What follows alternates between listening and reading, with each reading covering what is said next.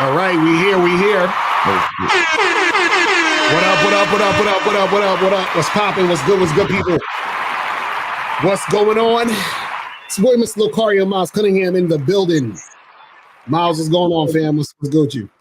Yo, man, I'm doing great, man. I'm doing great. It's another Monday, man. Made it through the weekend. Another week to get the shit popping, man. What's going on with you, Locario? I'm chilling, man. You know, just out here doing what I do. You know what I mean? Just spin this game. But shout out to everybody in the chat, man. Shout out to everybody in the building. Shout out to Dario. Shout out to the big bad wolf. What up? Shout out to Steve O'Baby. Joe Blast in the building. What up? Shout out to Ronio. What's good? Monogamous player. Coach Justin is in the building. True Savage. Call me. Jay is in the building. 50 Fitzwell. Method. Money was good. Shout out to Johnny Swave, Hollywood was good. El Barrio was going on. Hakeem was good. Jay Rowland, Chris was popping, man. Shout out to everybody in the chat. Yeah, man. So today we're gonna get into some heavy game. But before we do all of that, man, let's get to this trailer real quick, and we'll be back in a second. Everybody has games. Let's do this. The thing is, though, is your game weak or is your game strong? See, that's the difference. See, having weak game is synonymous with having no game. But you have game, you have a strategy to get what you want, but your strategy might be weak. I always tell these guys, snap your fingers. And I'll tell them, snap your fingers. Like, you hear that sound? I'm like, what is that sound? Bitch, that's a 17-year-old that just turned 18. That's a 19-year-old that just turned 21. They are just, they're everywhere. Hi, how you doing? You think I give a fuck about how you doing, bitch? All I want you to motherfucking do is open your mouth and say something so I can hear how your voice sounds so it can tell me how the fuck to get at you. Your feelings are not facts. Because you feel like whatever you feel like, you can't get me to believe that there's more than two genders. You understand what I'm saying? And truthfully, I'm not sorry because I can't really make facts out of your fucking feelings. Matter of fact, fuck your feelings. There's only two genders. Only two genders. You trying to tell me that genders are neutral and niggas is trying to come up with 92 fucking genders, bro. There's this narrative now that it's okay for a man to cry, and it's really pushing this sensitivity, express yourself, express your feelings. One thing I've always respected about my father growing up, I never seen my dad cry. Me and him would get into arguments, we would go at it, we would fight. I would say the harshest things to him I could to hurt his feelings, but I never broke him. Shoot, just the right pair of shoes get your dick sucked. Just the right pair of shoes. Women don't, seriously, you could look like Boris Cujo, you'd be 6'8", you know, have a print down to your knee. They look at those shoes, they bust, they just like, oh no, not him. Nah, boo-boo. The bitches shine because of the nigga. Period. Like, and when it's functioning correctly, that's the way it is. So, on that note, dick is a gift. It's a gift. It's a gift.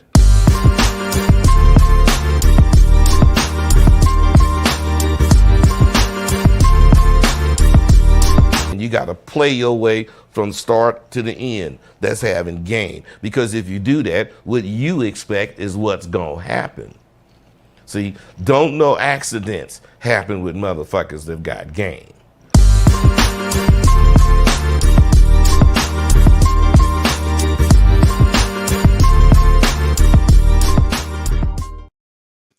All right, be back.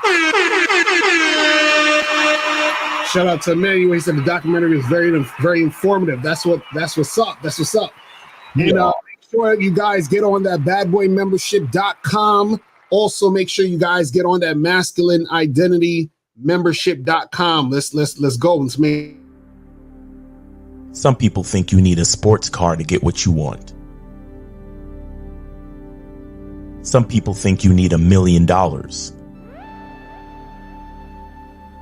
Some people think you need looks, status. The only thing you need is what they can't get unless they come straight to you. And that's your identity.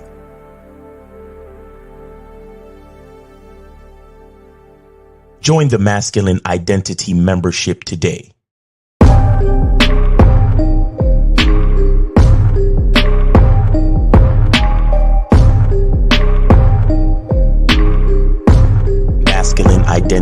membership.com. Right, so let's get into this goddamn motherfucking game, people. Oh yeah, and shout out to the Cowboy fans and the Giants fans. The game is going on right now. It's a pretty good game.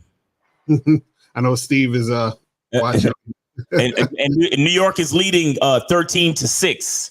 Oh shit. Yeah. So you know Steve is pissed right now, you know. But shout out to everybody in the chat, man. So today's topic: weak men create disrespectful women. Yes, we are blaming the men once again because that's how we do. I swear we're like, why you gotta always blame the guys, man? It's fucked up in female nature, and they should be held accountable and all that other dumb shit y'all be talking about. But you know, we have a few videos we're gonna show you guys. We're gonna be critiquing these things. But before we get into that, I just want to say this, man, is that when it comes to you know, women being disrespectful to you, right? It's basically happening because you're allowing it. So what happens is this, right? You can meet a woman. If the woman is, you know, basically ignoring you, saying some stupid shit, some slick shit, being disrespectful, then you can just exit stage left and then it's over. Exactly. Right? But what happens is that most guys, what they do is that they see the disrespect and then they continue to talk to her. They continue to deal with her. They're going out on dates and hanging out and trying to holler at women who are disrespecting them because they want to get some ass. Right. And they probably get some ass, and then they continue to deal with the woman, even though the woman's being disrespectful, because they want to get more ass. And they're just like, fuck it, I don't care. At least I'm getting some pussy. Right. And then at the end of the day, these guys want to cry and bitch and moan and say, oh, well, it's her fault and she's fucked up and this female nature and women and all this other stuff. What you got to understand is emotional damage. You guys out there, you have to realize that you basically control the dynamic of your situation. Exactly. And if the situation is going the way you don't want it to go, that is your fault. That is your issue. And so the thing is that if you want things to go your way, right, you got to have some backbone and let a chick know what it is. And if she ain't trying to do what you're trying to do, you tell her to bounce. And that's it. That's it. So you don't have to see the disrespect comes in, or it's created when you allow her to do it, because you're basically saying it's okay. Right. And the fact that you don't check her, the fact that you don't, you just let it slide, right? She loses more and more respect for you, because what happens is that she sees you don't respect yourself. So why should she respect you? Right. You see what I'm saying? And then so the problem is you have a lot of guys out there, especially I watch a lot of, guys on YouTube who they swear up and down that, well, it's a Western woman thing. It's, it's these black women. They just got all these attitudes and all this other extra shit. And you got to understand that this type of shit happens because you allow this motherfucking shit to happen. But Miles, what's your thoughts on that shit? Well, nigga bitches do have attitudes though. I ain't gonna front. He said,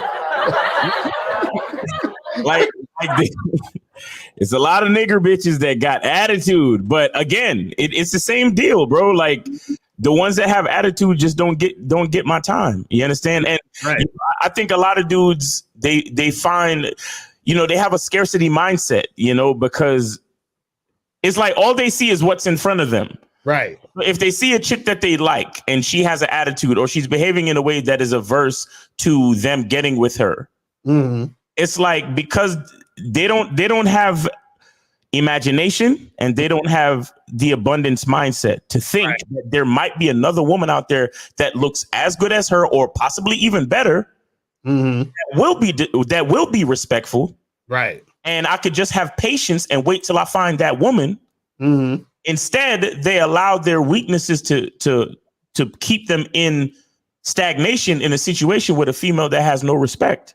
Right. You understand? And it's like, bro, like I believe so and the reason why I have to have creativity, imagination, and an abundance mindset is because I believe that there's more for me. There is better for me out there. Right. I'm in a club, I'm in a space where there's 10 girls. and all 10 of them told me they had boyfriends, or all 10 of them ignored me, or all 10 of them had an attitude with me. Right. I'm not gonna get like fucking angry and upset and be like, yo, man, I don't think I could live in America anymore. Right. I went to a club and it was 10 females and all 10 was acting crazy. So now, you know, fuck these women. I'm MGTOW, or I'm leaving, or I'm incel, or no, God, no, brother, no. The truth is that there are other women out there. Right. You understand? There are other fucking women out there. There are women out there that are beautiful, that are respectful, that if you introduce yourself to them and you believe in yourself, that they will believe in you too. Right. You understand? And those are the women that you should be fucking with. Right. Exactly. And I can't force you to believe this shit, but I'm telling you that they out there. Mm-hmm. Fucking with them. Right. You get what I'm saying? So, you know, guys, when you allow your mind to see things on a negative slant, it hurts you in a lot of fucked up ways that you can't even imagine. Right. Exactly. You understand? It's fucking millions of women out there, and just because the few that are standing in front of you are acting funny, you want to just like pack up and go home, and it's like, take it easy, bro. Right. Bro, I could name, and that's why I say nigga bitches got attitude, because I can.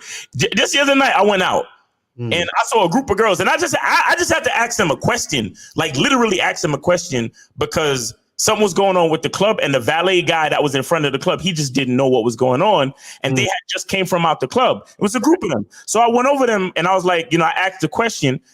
And I'm in the middle of asking my question, and one of them is like, excuse me, can you take our picture? Not even excuse me, because if she had said excuse me, it probably would have been cool. She was like, could you take our picture? Could you take our picture? And I said, can I ask my question?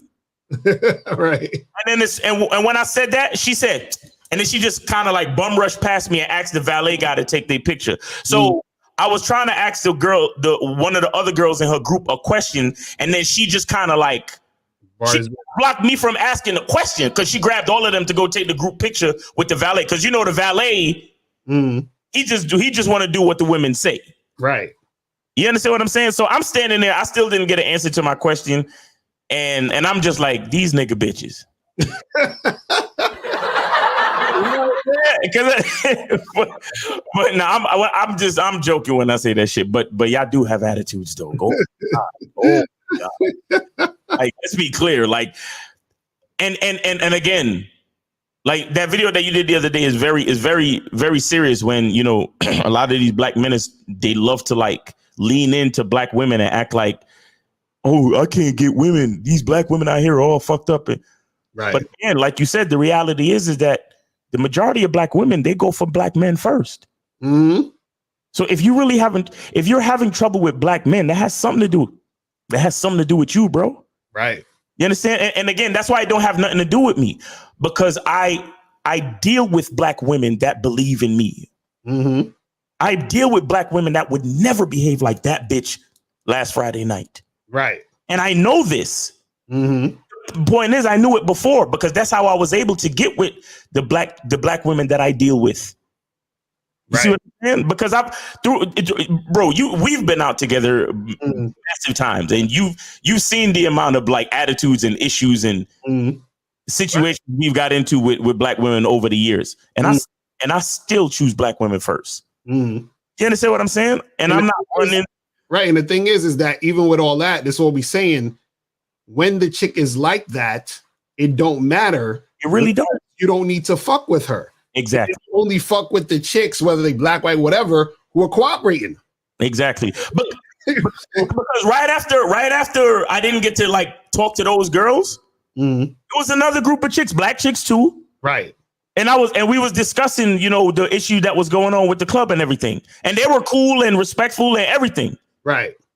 So for me to just be acting like, yo, black chicks and blah, blah, blah. Nah, bro, take it easy.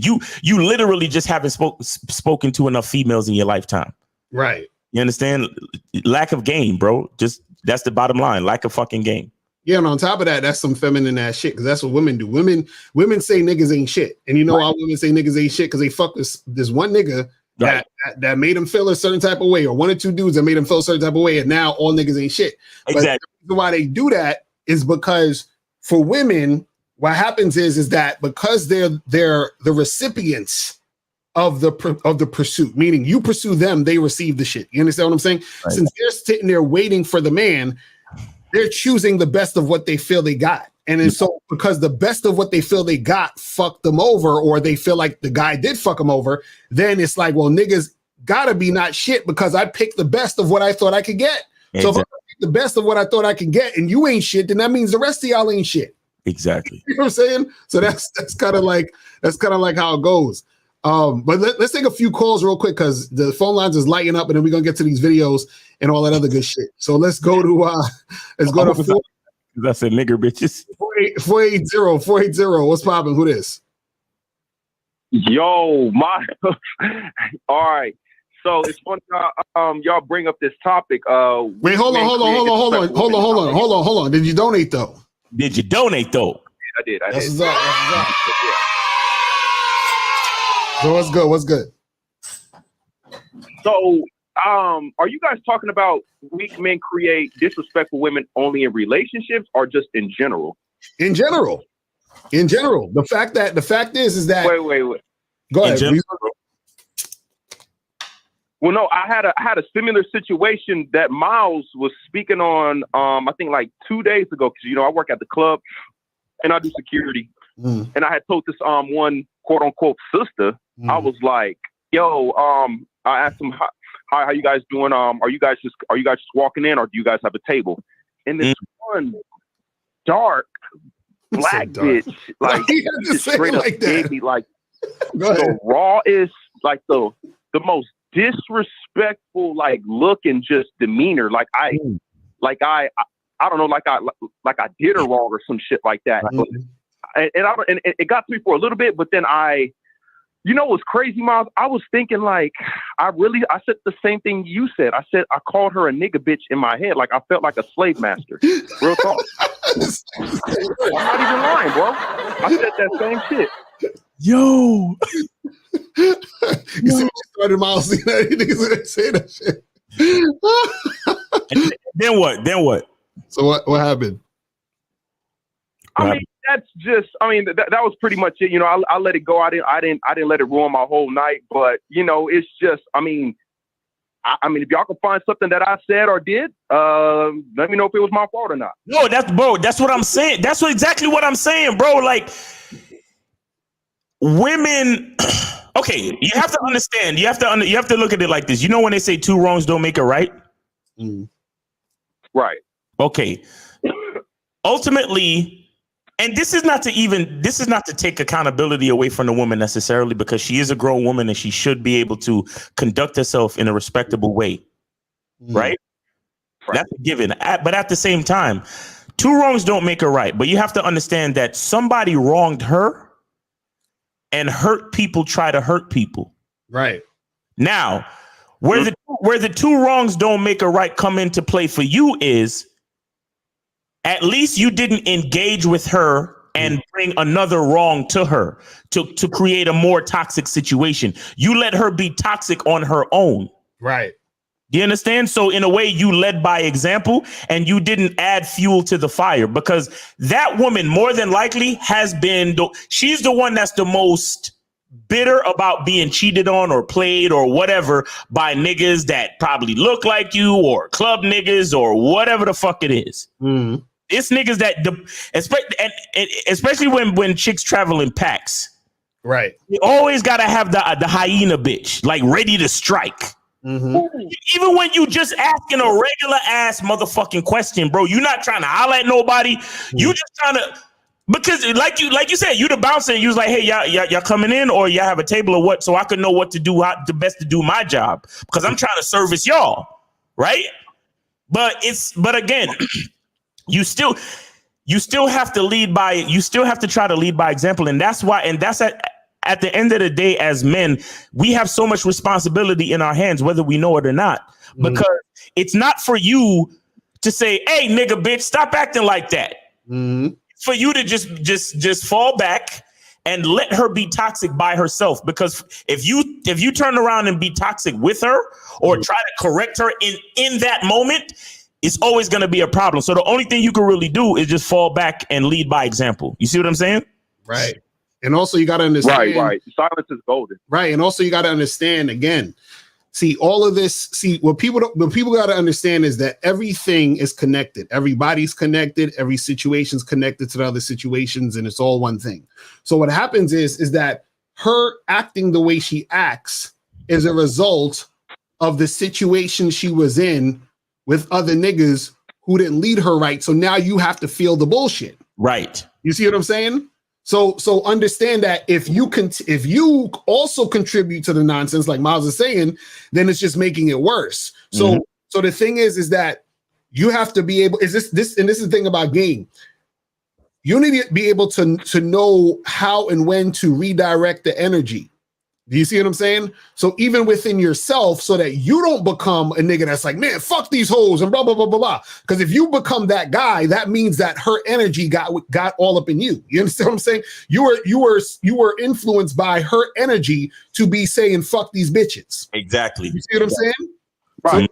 Right. So that's the thing. That's why a lot of these dudes on YouTube is also, these fucking whores and these fucking, these Western women and all this other stuff, because the women have influenced the men so heavy that the men are sounding like the bitches. Right.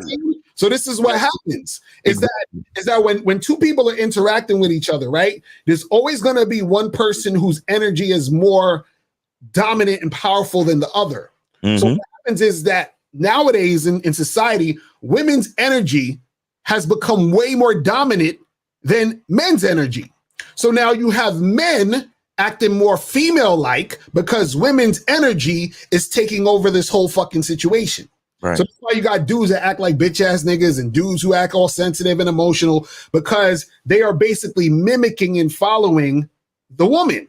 You know what I'm saying? And now that the woman is seeing you act like a woman, there still has to be some yin and yang there. So there has to be balance. So therefore, the woman balances out all that feminine energy with her being masculine.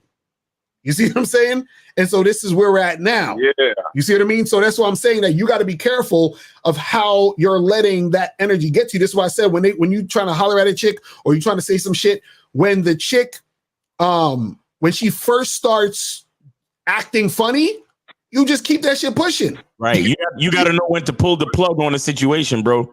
Right. You got to know when to pull up. And your situation is a little different because you was actually at your job, right, and you were trying to help, so me, I was just chilling on the street trying to find some information, on some regular shit, but you was actually at your job. So I actually give you a little bit more, a little bit more credit than me. You know what I'm saying? Because being at your job like that, it's kind of like you're stuck in that situation. If the people don't want to tell you whether they got a VIP table or if they're just walk-ins, then that might hold you up. You feel me? So, but again, you're there to do a job. You're not there to add to the toxicity. You're there to, keep security. You know what I'm saying? So, shout out to you and keep doing your thing, bro. Yes, sir. All right, brother. Thank y'all, man. Appreciate it. I appreciate the call, brother. All right. So let's go to 872. 872. What's popping? Who this? This is Sylvester speaking. I've been listening to your show and so far I've been learning a little. No, not a little. I've been learning a lot out of this. All right. That's so far that I've been listening. The important question is, did you donate though? Did you donate though? I think I donated, but it didn't go through. But I mean, I'll try again. All right, hold on. This is what I'm gonna do. I'm gonna put you on hold, and I'm gonna go to the next caller, and then I'm gonna get to you right after. So make sure you hit that donate button. I'm gonna get back to you right after this. All right. So let's go to 973. 973. What's popping? Hey, what's up, guys? What's going on? What's popping? Did you donate? Oh man. I'm having a problem, but I will so much, Lopes. All right, listen, worry. I'm going to put you on hold, and then we go get to the next caller. Listen, guys, hit the donate button, and then donate. It's that simple. We got the PayPal, we got the Cash App, all that other shit. Just hit the button, and we'll get it cracking. All right, let's go to 732. 732, what's popping? Who this? Yeah, I know I ain't bullshit. It's Rashawn from Jersey. What's up? All right. See, I already know Rashawn, don't you? I already see it. So what's going on? What's up with you? Man, LaCar, you just spitting facts just now, bro. That whole thing with what'd you say? You were saying female energy is prominent and men are following that shit, right? That's a fact. That's real shit. That's the thing. I mean, what choosing signals. This is how I see choosing signals. Now I bring this up because I went out and I was with a guy and he was on that choosing signal shit. And if you think about it, choosing signals is the path of least resistance. You show yourself off, hoping that a bitch give you some attention, right? So you won't get rejected or be judged. Some shit that a woman would do, right? So it's like I'm seeing it myself. You got a lot of men that like to get sassy. Remember the guy that called you, LaCar? I think it was yesterday. What was it? Oh yeah, racist. Oh yeah, he was getting all like in his feelings and shit. Yeah. Sassy and all smart and like, oh yeah, well, what is it supposed to be, LaCar? Like just doing all that extra shit. But you know what it is? The woman is his master, woman king. Exactly. It's a fact. The woman king. That's what happened to these niggas. That's a fact. Y'all think of niggas. I want y'all to listen to me. Y'all niggas are bending down to a bitch that takes 4 hours in the bathroom to look pretty for you to accept her. Right. Just understand how the fuck that sounds. And listen, I love women. I love all women. I got respect for them and everything. Right. But I will never look up to a woman. I respect the differences that me and the opposite gender has. Yes, Miles, I agree with you. It's only 2 genders. I don't know what the fuck these niggas are talking about. Right. But other than that, that's all I wanted to say. End it off with this though. Yeah, I agree. Weak niggas have created disrespectful bitches. Yeah, that's a fact. We created monsters out here, bro. That's a fact. We created monsters. Hi, brother. Appreciate the call, man. Appreciate it. I'm Olive. Peace. All right, let's go back to 872. Let's go to 872. 872. All right, did you donate? I'm donating right now. This nigga. All right, I'm gonna put you on hold and I'm gonna come right back to you, my brother. Y'all niggas, listen. Let me tell y'all something. The game that we're spitting here is from years and years of knowledge, research, energy, and time. You understand what I'm saying? Exactly. And so what we're trying to tell you guys is that the game cost. The game is to be sold, not told. So in order for this to continue, we need the donations. We need y'all to get on the memberships. We need y'all to get the documentary, all that stuff. Right. So that we can continue to do this shit. You feel what I'm saying? Yeah, facts. All of it. But let's come on, guys. Let's go to 267. 267. What's popping? Who this? Yo, what's going on? It's Dave G from Philly in the chat. $7 on the Cash App. The game is to be sold, not to be told. Appreciate it. That's what's up. What's going on, fam? Yeah, so not much. So I'm gonna ask my question. I'm gonna let you know why I'm asking my question. So my question is disrespect from a woman subjective, depending on the man, depending on what he sees or wants the woman to be in his eyes. And the reason why I ask that is because, like, I've been listening to y'all, for the last couple months or whatever, and like, y'all be spending some real heavy game. I've called a couple times before or whatever. And I was actually, I went out to one of my homeboys. One of my homeboys' birthdays was this past weekend. So another one of my homeboys wanted to roll with me, but he was going through some shit with his girl and shit like that. So long story short, he was worried about what she was going to say because before I went to meet up at the spot for my homie's birthday, I was going to stop at my crib, but my homie was complaining. He was like, "Oh no, I didn't know you were going to do that, whatever." And he was worried about like what his girl was going to say and what his girl was going to think because he had already told her. Right, exactly, yeah. He was trying to get her to meet us there, but you know what I'm saying? Like he was worried about like her having an attitude and shit like that. I'm like, why you worried about her having an attitude? Like you telling her the truth, you telling her what you doing, where you going.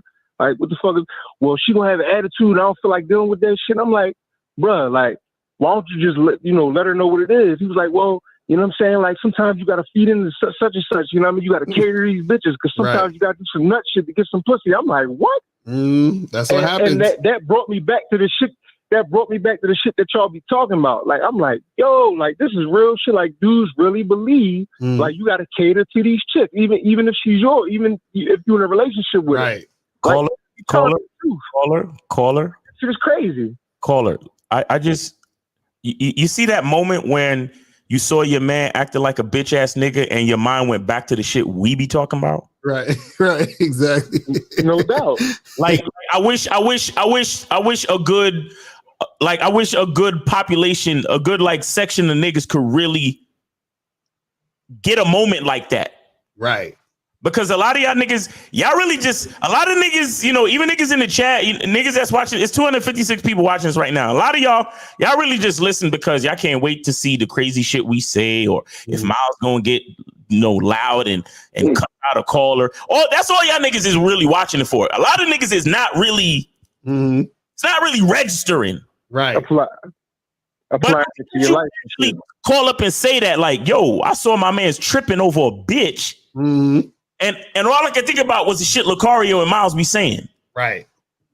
And it's like an epiphany moment, bro, because y'all think we don't know about this shit? Y'all think we just talking about statistics? Right. Right. Come on, man. But we appreciate you for calling and letting us know that, though, man. The epiphany moment is real. But listen, yeah, so could you? My original question was: Is it subjective? Like disrespect for women? Is it subjective or is it objective? Yes, it is. Yes, it is. And I'm gonna go further for you. Women are subjective creatures. Right. Women are subjective creatures. Women. Let me tell you what. Let me explain to you with women. Okay, and for those that don't know, subjective means based on feelings and changing perspectives. Objective is the opposite of subjective. Objective is across the board. Yeah, objective is absolute truth that everybody can identify with. So objective truth is like the fact that the sun comes up on a daily basis, the fact that we all have to breathe oxygen, the fact that water is wet, undisputed truth, and the sand is dry and gravity will fucking kill you if you jump off a 10-story building. That's objective truth, and that's being objective. But subjectivity means it's just based on how you feel, and it's based on your perspective as a person. And women, what I'm trying to explain to you is that women, for the most part, are subjective. And men, for the most part, are supposed to be objective. You understand? That's the thing. Right. But because, like Lucario said a little bit earlier, female energy is kind of like dominant in the society right now. Everybody's being subjective. So everybody's falling prey to how we feel, instead of looking at what truth is, looking at objective shit out here. But let me explain to you what I mean as an example. A woman will they want to follow the trends of fashion. Why is that? Because if everybody's wearing this, I'll feel more comfortable wearing this because everybody's wearing it. And then, I gotta switch up my wardrobe because the fall season is coming. And then, I gotta do this because my homegirl suggested it. And I was watching on Oprah the other day, and she suggested their followers. Exactly. So everything is subjective based on how they feel and what people influence their perspective. Now, with that being said, what did I just explain to you about a man? A man is supposed to be objective. It is the objectivity of a man that leads the subjectivity of a woman. Right. And a man is supposed to have the biggest influence over a woman. However, what does that say about the required quality of the man and his objectivity to be able to lead the subjectivity of a woman? That man's objectivity and his perspective has to be impeccable. Right. He has to be trustworthy. He has to be of a certain quality of man. Sharp. He got to be on point. Right. Exactly. What I'm saying is, fuck a high value man. I'm talking about a high quality man. You see what I'm saying? Fact. Hey, man, I appreciate you answering my question, man. Shout out to the game. That's what's up, man. That's No, you good. Yeah. Appreciate you, bro. Appreciate the call, brother. All right, go ahead, Miles. You keep going. You keep going. No. I was gonna say, like, the thing is that that's why we always blame men. That's why we always blame men, because even like we said, if you the type of nigga that understand game and you understand what you're looking at when you see a bitch act disrespectful, any bitch, a nigga bitch, a snow bunny bitch, whatever you want. When you understand what you're looking at when you see a woman act disrespectful, and because you have game, you can fall back. Like, there's this thing that I used to do, and I still do it from time to time. But I used to, but I was better at it when I was younger because I had more energy. Right. But it takes a little bit of spiritual energy to do this, and I might be getting a little bit deep for some of y'all niggas. But I used to be able to instantaneously, literally separate my soul from my ego and look at the situation that I was standing in. That's a fact. I don't think they're ready for that one. That's what I'm saying. Like, I was literally able to see myself. I used to separate my God self from my ego, and my God self would see the situation I was in. So what I'm explaining to you is that if I'm in a situation where a woman was acting disrespectful, because of the game and because of the ability that I had, that I have, I was able to automatically detect, oh, this bitch been hurt. Right. So there's no reason for me to, like I said, add to her toxicity or her disrespect. Because I can already see why she's behaving the way she's behaving. And there's no need for me to engage. So therefore, she doesn't get any of my time, and she doesn't get any extra thought from me. Right. You see what I'm saying? But only when you have game can you, like, have the ability to do that type of separation instantaneously and understand what you're dealing with, and then move the right way to make sure that you maintain your character. Right. You see what I'm saying? The average dude, he's either going to be upset and defeated by the disrespect, or even worse, he's going to engage. Exactly. And be like, bitch, you ain't gonna be talking to me like that. I'm a grown ass man. Raw, raw, raw, raw, raw. And then it only gets worse from there. You see what I'm saying? That's a fact. Shout out to K Zach and 20 in the chat. He said better disrespectful women don't have the guidance of a masculine man with game in their life, because if they did, there would be nothing for them to be bitter about. I guess say bitter about. That's a fact. That's some real shit. That's some real shit. That's what we tell you. It goes back to how dudes is showing up in a situation. All right, let's 516. I know it's lighting up today. 516. What's poppin'? Who this? Hey, I think there's a problem with the Cash App. I can't donate. Oh my God! I'm use the Miles Cunningham one, because I'm getting donations on the Miles Cunningham one. Right, what is it? At Miles in the game? Dollar sign? Yeah, at $ Miles in the game. $ Miles in the game. All right, we're gonna get back to you in a second. I'm gonna put you on hold. All right, 973. What's popping? Who this? Okay, I finally figured out how to donate. Okay, what's up, guys? What's up? Appreciate it, bro. All right. All right, I'm calling to praise you guys for years of killing it in the game.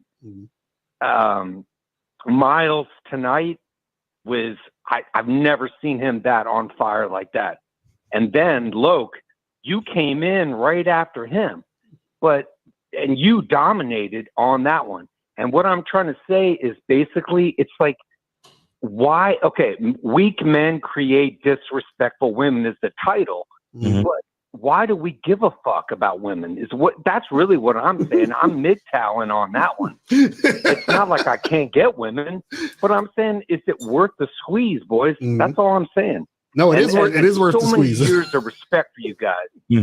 Okay, right? You guys are the best guys. Okay, I'm from New Jersey, and I love you guys, and I figured out how to donate.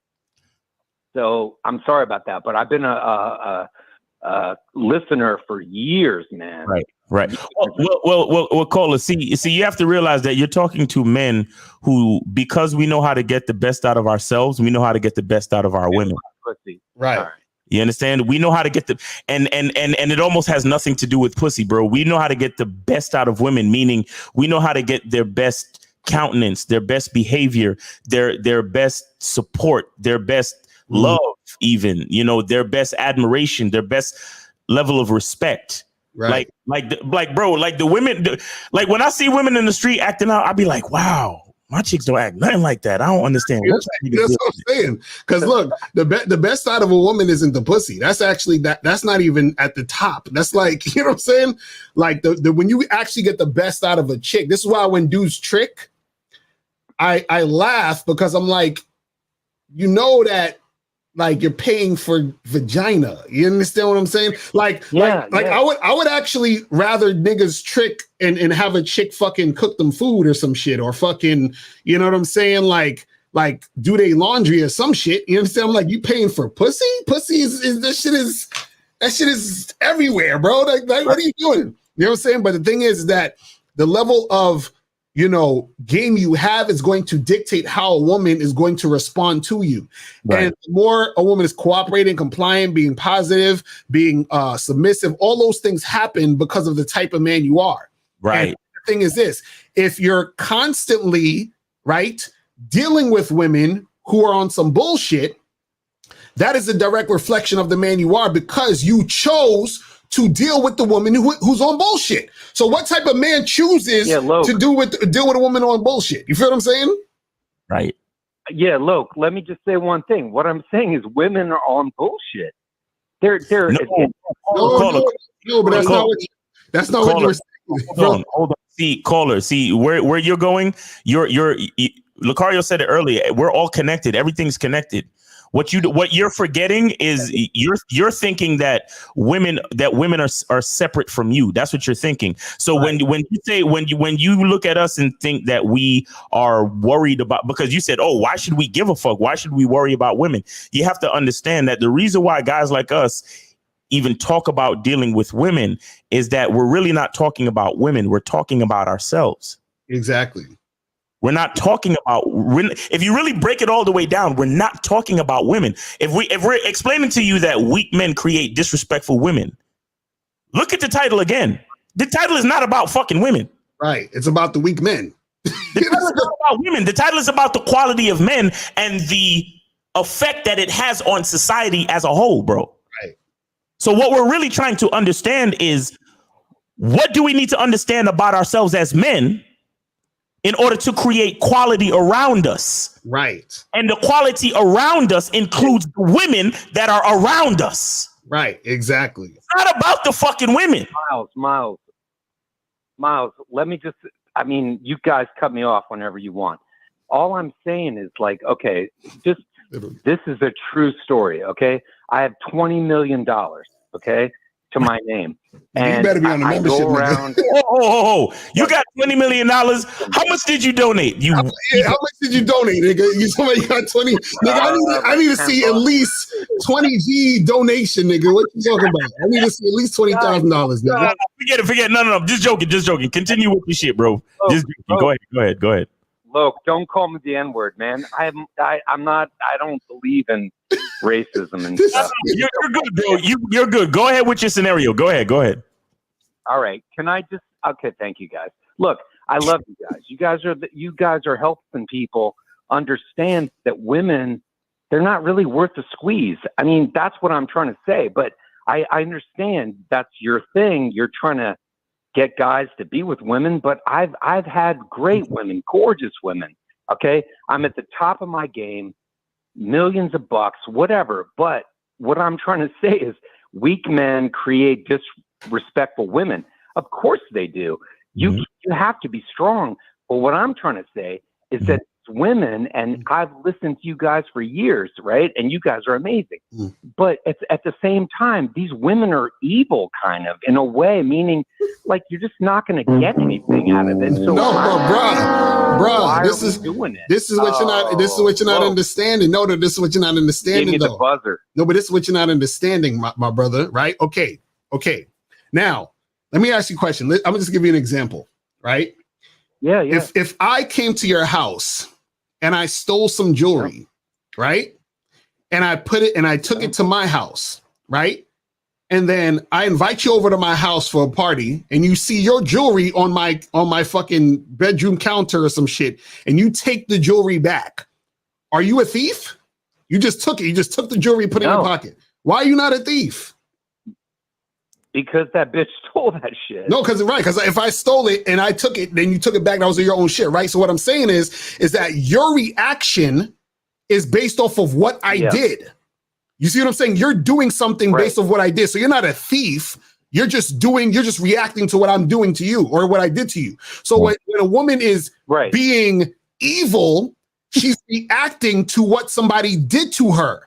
Right. She's reacting to what the man did, and the man is supposed to lead her. So if he wasn't leading her right, then that is the reaction you're going to get from that woman. Do you understand that? Yeah, I do. That's always Let saying. me ask you one last question. Let me ask one last question, and I'll hang up. Again, I've watched you guys for years, and you guys are incredible, and so is Steve. Like, Steve is incredibly funny as well. But let me just ask one last question, and I'll go, okay? My question is, are women really, worth anything? That's what I'm asking now. What do you guys say? Hold on. You claim you got $20 million, right? Yes, sir. I do. Okay. Yep. All right.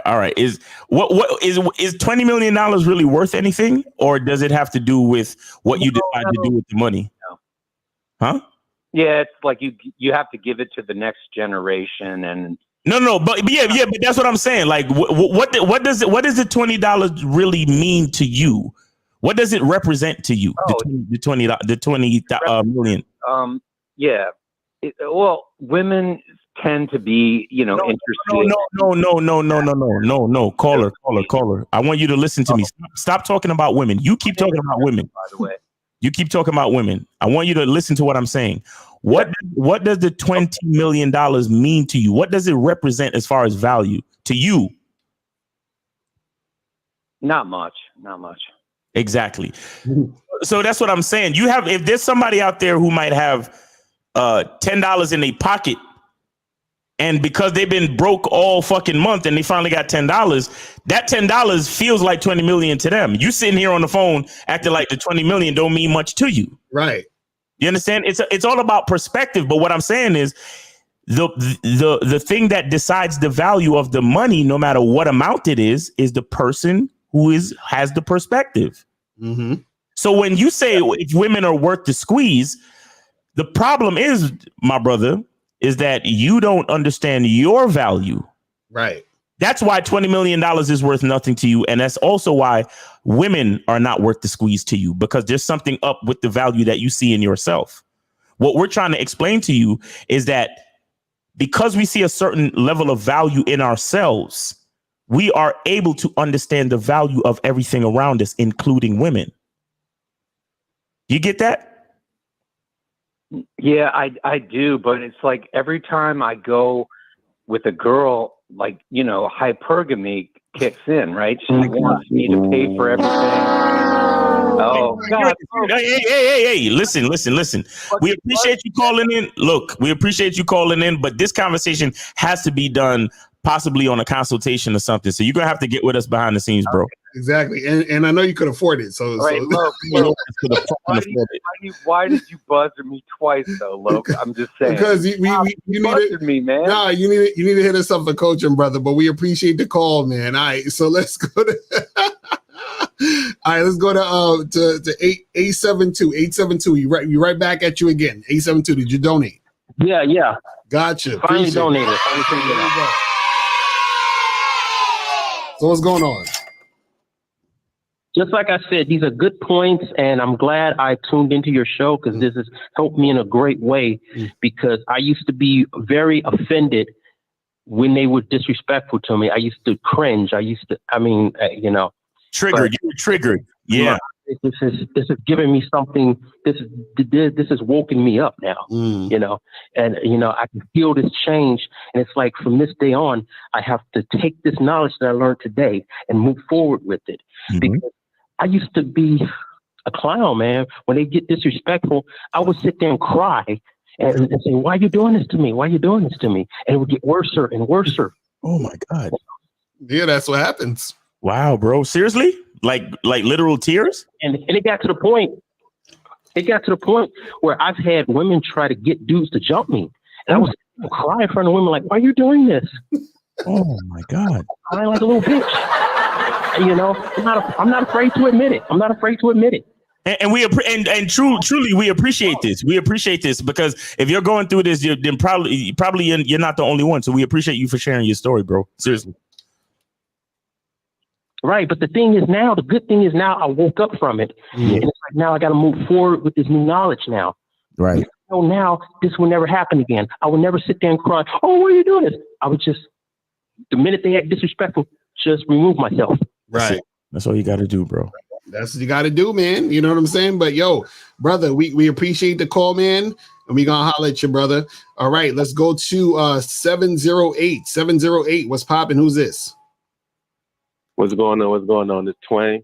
What up? What I'm up? enjoying the show today, man. I'm watching it a lot. What up? What up? Did you donate? Did you donate? Of course. And turn on the show in the background. Turn off whatever you're watching us on in the background or mute it. I got you. But before I get into the detail, I'm just asking the question straight here. Yeah. So I had a situation. I'm glad I'm glad the show happened because it just happened recently. The situation was I had a chick and went out with her. And then we get back to my spot, we chilling. I'm trying to, do the stuff or whatever. I'm trying to, what I'm saying. And she was like, no. So the reason that I'm asking this question, because like, I went out with her a lot of times. We always, do what we do. And we've been hanging out for a minute. And that's the first time I heard no. So I was asking, like, as this pertains to the show, is this something that my game get weaker with her as the time went on? Or like, is that just something like, I took it personally. Like, I ain't like go off on her with it. I'm just like, chill, relax, like, cool. I was like, did I change something up? Or So like, wait, let me ask you this: How long you been seeing this woman for? So I probably met her last year around like June. Last year June. So last year June, you've been. So how many times you smashed? Smashed a lot of times. So what ended up happening? See, that's why I asked the question first. Like, it's a lot of details to it. So what happened? Okay, so when she said, hold on, hold on. So you said the last time you tried to smash, she said no. This happened yesterday. Yesterday, so she said no. Literally. So she just no. That's why I was taken aback. So like, wait. So let me hold on. I need to hear I need to figure out the scenario. So she was at your crib, or you was at her crib. Like, where was this situation? She's at my crib. She's at your crib. Y'all in the room like how you always be, or wherever y'all about to do it, and then you trying to make shit happen, and she's like, no. Yeah. And then what was this? What was the situation? She didn't explain or nothing. No, she just said no. And that was it. That's why. Right. And so when she said no, I'm in my head like, I ain't really make too much of a big deal about it. I was just like, all right, well then, you know what I'm saying? At that point, it ain't really, because we ain't together none, so like at that point, like, all right, well. So this is the first, hold on. So this is the first time, hold on. So this is the first time within like damn near a year and a half that she said no? That she said no to, like, yeah, for the most part, yeah. As far as like, no. You gotta say for the most part, you gotta tell all the shit. That's the only way we can help you, bro. Right. For the most part is not a fucking answer, bro. We need the shit, bro. All right. So I'm gonna get you details. So then I met her June, ended up being in a relationship with her in September, maybe November. Ended up breaking it up with her in maybe like March of this year. We still kind of do our thing. The reason I broke up with her because it goes back to the story before when he said, Carver said something about your space and your freedom being taken away when you're in a relationship. So then I did that. And then, so now we still hang out every now and then. I still mess with her. And then, we had this situation where like, he said no, and it's like, okay, well. I'm gonna tell you, bro, I'm gonna tell you where you fucking up. See, where you fucking up at is, first of all, you're all over the place with this woman. So you have no structure, you have no direction. You understand what I'm saying? Like you're not leading her anywhere. Yeah. So what happens is you made her your chick, then y'all broke up, and then you saying y'all got back together, and y'all be kind of hanging out. No, we never got back together. No, we never got back together. Right, but you still hanging out with her and chilling with her and taking her out, and y'all hanging out and spending the night and doing all this other extra shit, right? All this boyfriendy shit, right?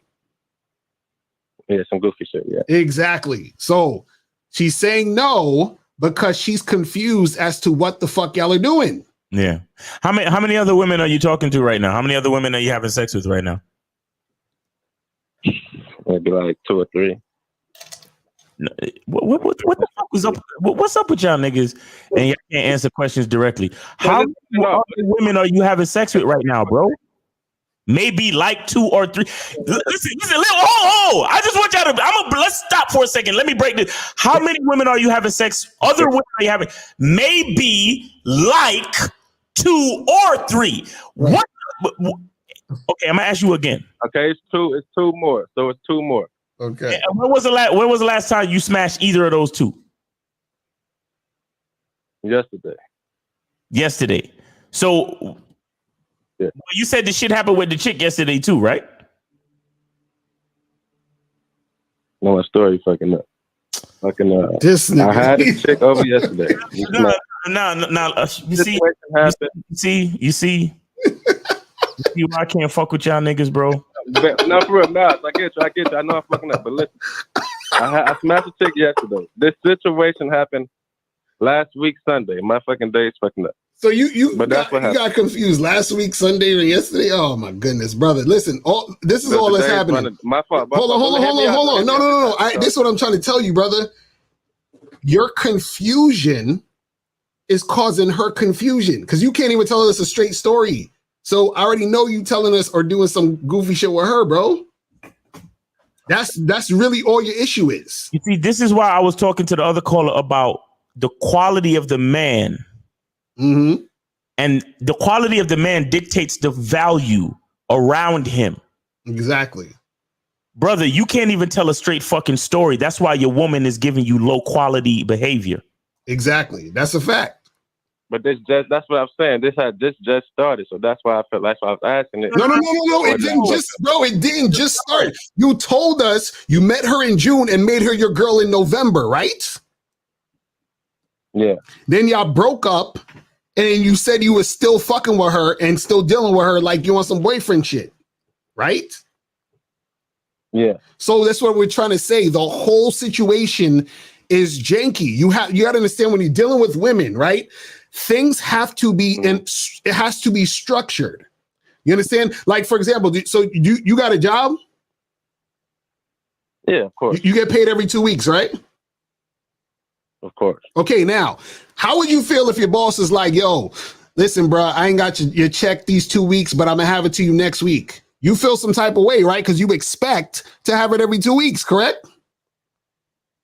Right. Right. So it's the same thing in this situation. Whenever you're all over the place, your woman is not going to respond to you in a way that's beneficial to you. She's going to be all over the place too, because she's going to be a reflection of you. This is what we're trying to tell you, brother. I agree with that. You see what I'm saying? So if you want situations to change with the women you deal with, you got to change, brother. You got to be the one to change, and then the situation with the women's going to change. So you got to add some structure to your situation. All right. But listen, if you need some help, hit us up for the coaching, brother. All right. Appreciate the call. All right. Let's go to 470. What's popping? Who this? Hey, what's up, Lakara? What's up? The other guy. I forgot. Said the other guy. Miles sorry about that. You're fine, man. What's up, man? What's up? How can we help you, bro? How can we help you? Did you donate? Yeah, I donate. All right, go. So what's going on? Okay. I'll be quick with this. I have a friend I live with. This guy is like 70 years old. He's crippled. He can walk, but he had a stroke and he's crippled. Recently, he met a girl. And this comes back to the topic that we're talking about tonight. She's like 40. She's younger than him, very attractive. Now, I thought it was a little weird that she was going for, that she looks very good. She could actually be a model. That she was kind of going for this guy because he lives with us with like 3 or 4 different people who live together. So he's not like rich. But I didn't tell him anything. But later on, about like 2 weeks ago, because they had been going out for about 2 months, about 2 weeks ago, I heard her talking to one of her friends, and she was saying that she likes this guy because hopefully when he passes away, she's going to get, I guess he has some money saved up in insurance and things of that nature. And she was saying like that's why she was with him. I overheard her talking on the phone to one of her friends. Mm-hmm. My question to you is this. Do you think I should tell my friend this, or do you think I should keep out of it? Because this is a weird situation, and I felt weird about it from the beginning because I was like, why is she messing with this guy? You know, and he's like, oh yeah, you know, she loves me, and we're gonna get married, and all this other stuff. Mm. So you're saying should you tell him? Yeah, I don't know if because I think what she's doing is we talk about disrespectful, and you were talking about, you know, that women don't. What were you saying? That women sometimes will go for a guy practically who they're not sexually attracted to. Right. No, I don't think you should tell him. I don't think you should tell him. You think I should? I think you should keep quiet and mind your business. And the reason why I'm saying that is because if this is going to be something that happens to him, and you know, he feels some type of way about it or whatever, that's on him. He needs to learn. You understand? So if you tell him, you're robbing him from the fucking lesson he needs to learn. Wow. You see what I'm saying? And on top of that, what happens is he might even know this is happening and don't give a fuck, but he doesn't want you to know that it's happening. So then by you telling him, he's going to feel some type of way about you saying it, and he'll probably have an issue with you. You say he's 70 years old, right? Yeah, this guy's like 70 years old. Yeah. He knows, buddy. He knows. He's like, he knows what's going on. He just want to live the rest of his years out with some sexy pussy. That's all. He knows. Right. You know what's going on. Okay. How old are you? How old are you? Me, I'm 40. I'm 40. You're 40. Yeah. He knows, bro. He knows. Trust me. He knows. Or it at least crossed his mind, but maybe he's just thinking to himself, nigga, I'm 70, I'm crippled, and I'm trying to go out on an attractive female if that's how I'm gonna go out, and she can have whatever the fuck she want to have. You never know. Maybe he has all his shit already like set up with a will or some type of like power of attorney or trust or whatever. You never know. Does he have family and all that other type of shit, kids or anything? Yeah, the guy has a big family. He has a couple kids. He's very funny. He's a decent dude. That's why I felt bad about this. Okay. I mean, if it's bothering you that much, maybe you might want to say to him, "Hey, do you have a will? Make sure your will and shit is all in order, bro." You know what I'm saying? But I don't think you need to really like talk to him about the girl necessarily. You know what I'm saying? I hear you. Do you think I should suggest they get a prenup or something like that? Or no. Don't say anything to him that has anything to do with the girl. Like I said, if you want to talk about, hey, make sure you got a will because you know you about to croak any day now, you old fuck. Like joke around with him like that. You know what I'm saying? But you don't have to say anything in reference to the female. Exactly. Oh, okay. I get you. All right, I appreciate the advice, and you guys keep going. And Miles, I'm sorry, I forgot your. Nah, you're fine, bro. It's okay. I appreciate you. I appreciate the call. Y'all calling like crazy tonight. Jesus. All right. 678. What's popping? Who this? We have to save the 678. What's good? I donated $1. Oh my God. What's going on? I'm gonna leave this one for you, bro. Go ahead, caller. All right, so a lot of white men don't even know game to get black chicks. And here's why. Because black wait, stop. What's your question about you? What's your question? About me? Yeah, what's your question, brother? About me? Yeah, about you, man. Okay, something else. I met this girl, you know the girl with the outie belly button I called the other day? Uh-oh. Somebody knocking on your door. Hold on. They're knocking kind of hard too. What the fuck? Okay. Yo. Okay, hold on. Okay. You know the girl with the outie belly button? Uh-huh. Yeah, yeah, I took her out to bowling, and we were about to have sex, but I messed up. You messed up? How you messed up? I got too excited. What you mean? You got too excited, and then what? What happened? What happened? You know what I'm saying? Like, I took her out to bowling. We had a good time. And here's the thing. I was like, we were about to have sex. I was dancing. I was like, man, I'll go have sex. We got IW button and stuff. And I messed up because I got too excited. So she was at your house? My mom's house. Okay, so she was at your house in your room and y'all about to do it and you messed up. How did you mess up? I got excited. What does that mean? Around. I was dancing. Man. He was jumping around and dancing. I was jumping around. And so yeah, I mean, I was excited. I was like, man, like you saw me because I was getting excited. Okay, and then after you was jumping around and being excited, what happened? She looked at me. I was like, "Are you okay? I don't want to have to see you anymore." So I messed up. Wait. She looked at you and said, "Are you okay? I don't want to have sex with you anymore." Yeah, she's like, "Hey, why the fuck you lying? Why you always lying? Oh my God, stop fucking lying." Cole, why you calling him lying to us tonight, man? Come on, man. I'm not lying, I swear. I believe him. I actually believe him. Well, listen. Let me say something, man. If this actually happened, at least you got a chick to your fucking house. So, I mean, that's just... Yo, shout out to you, Cola, because you did exactly what I told you to do. But why did you start dancing and being all excited? Why did you do that? No, she was at the room at the time. I thought she didn't see me. She was at the room. Like, I was dancing. She was dressed up and she comes to me. She see me dancing. It's like, oh no, I messed up, man. Listen, man. But I really don't. If she really wanted to have sex with you, then why did? Were you? I don't understand. How did you know that you were about to have sex? How did you? Exactly. Like, what made you think you was about to have sex? Well, okay, like she was undressing. You know what I'm saying? She was undressing. Okay. When you were in the room, right? There's like a room near my bathroom. She was undressing in a room, right? And she was undressing. I was dancing. I didn't thought she would see me. I was dancing. Wait. Stop. Caller.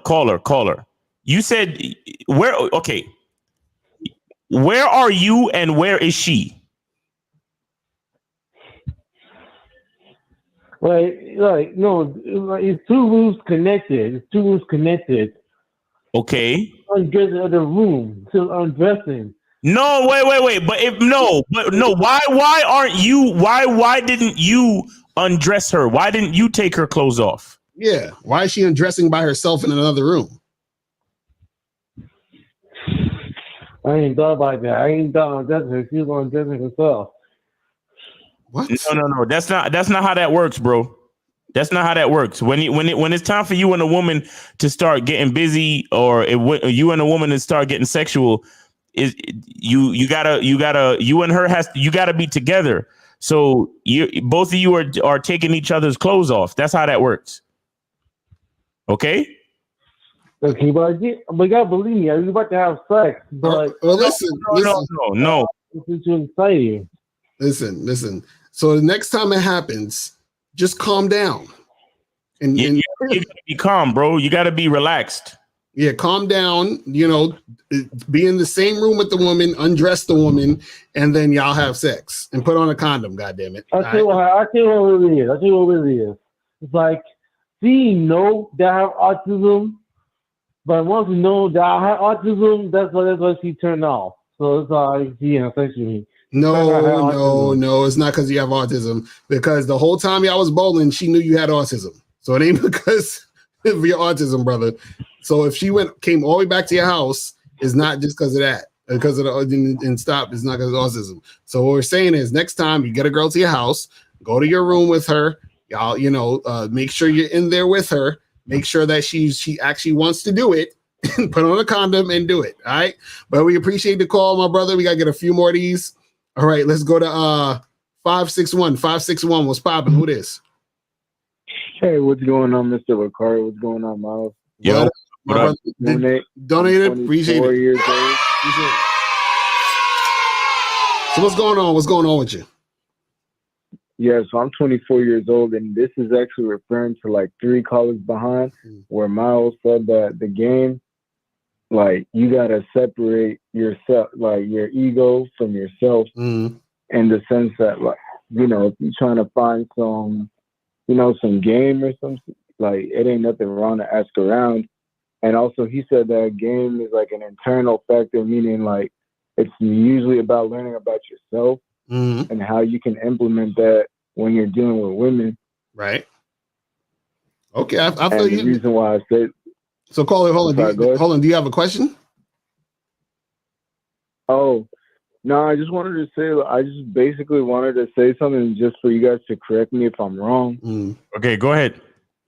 Because I had a scenario, right, where, me and my friend came from town, and I just moved to Georgia, and we went out to like an HBCU party. Like, we're both Hispanic, and we were able to pull 2 girls and smash.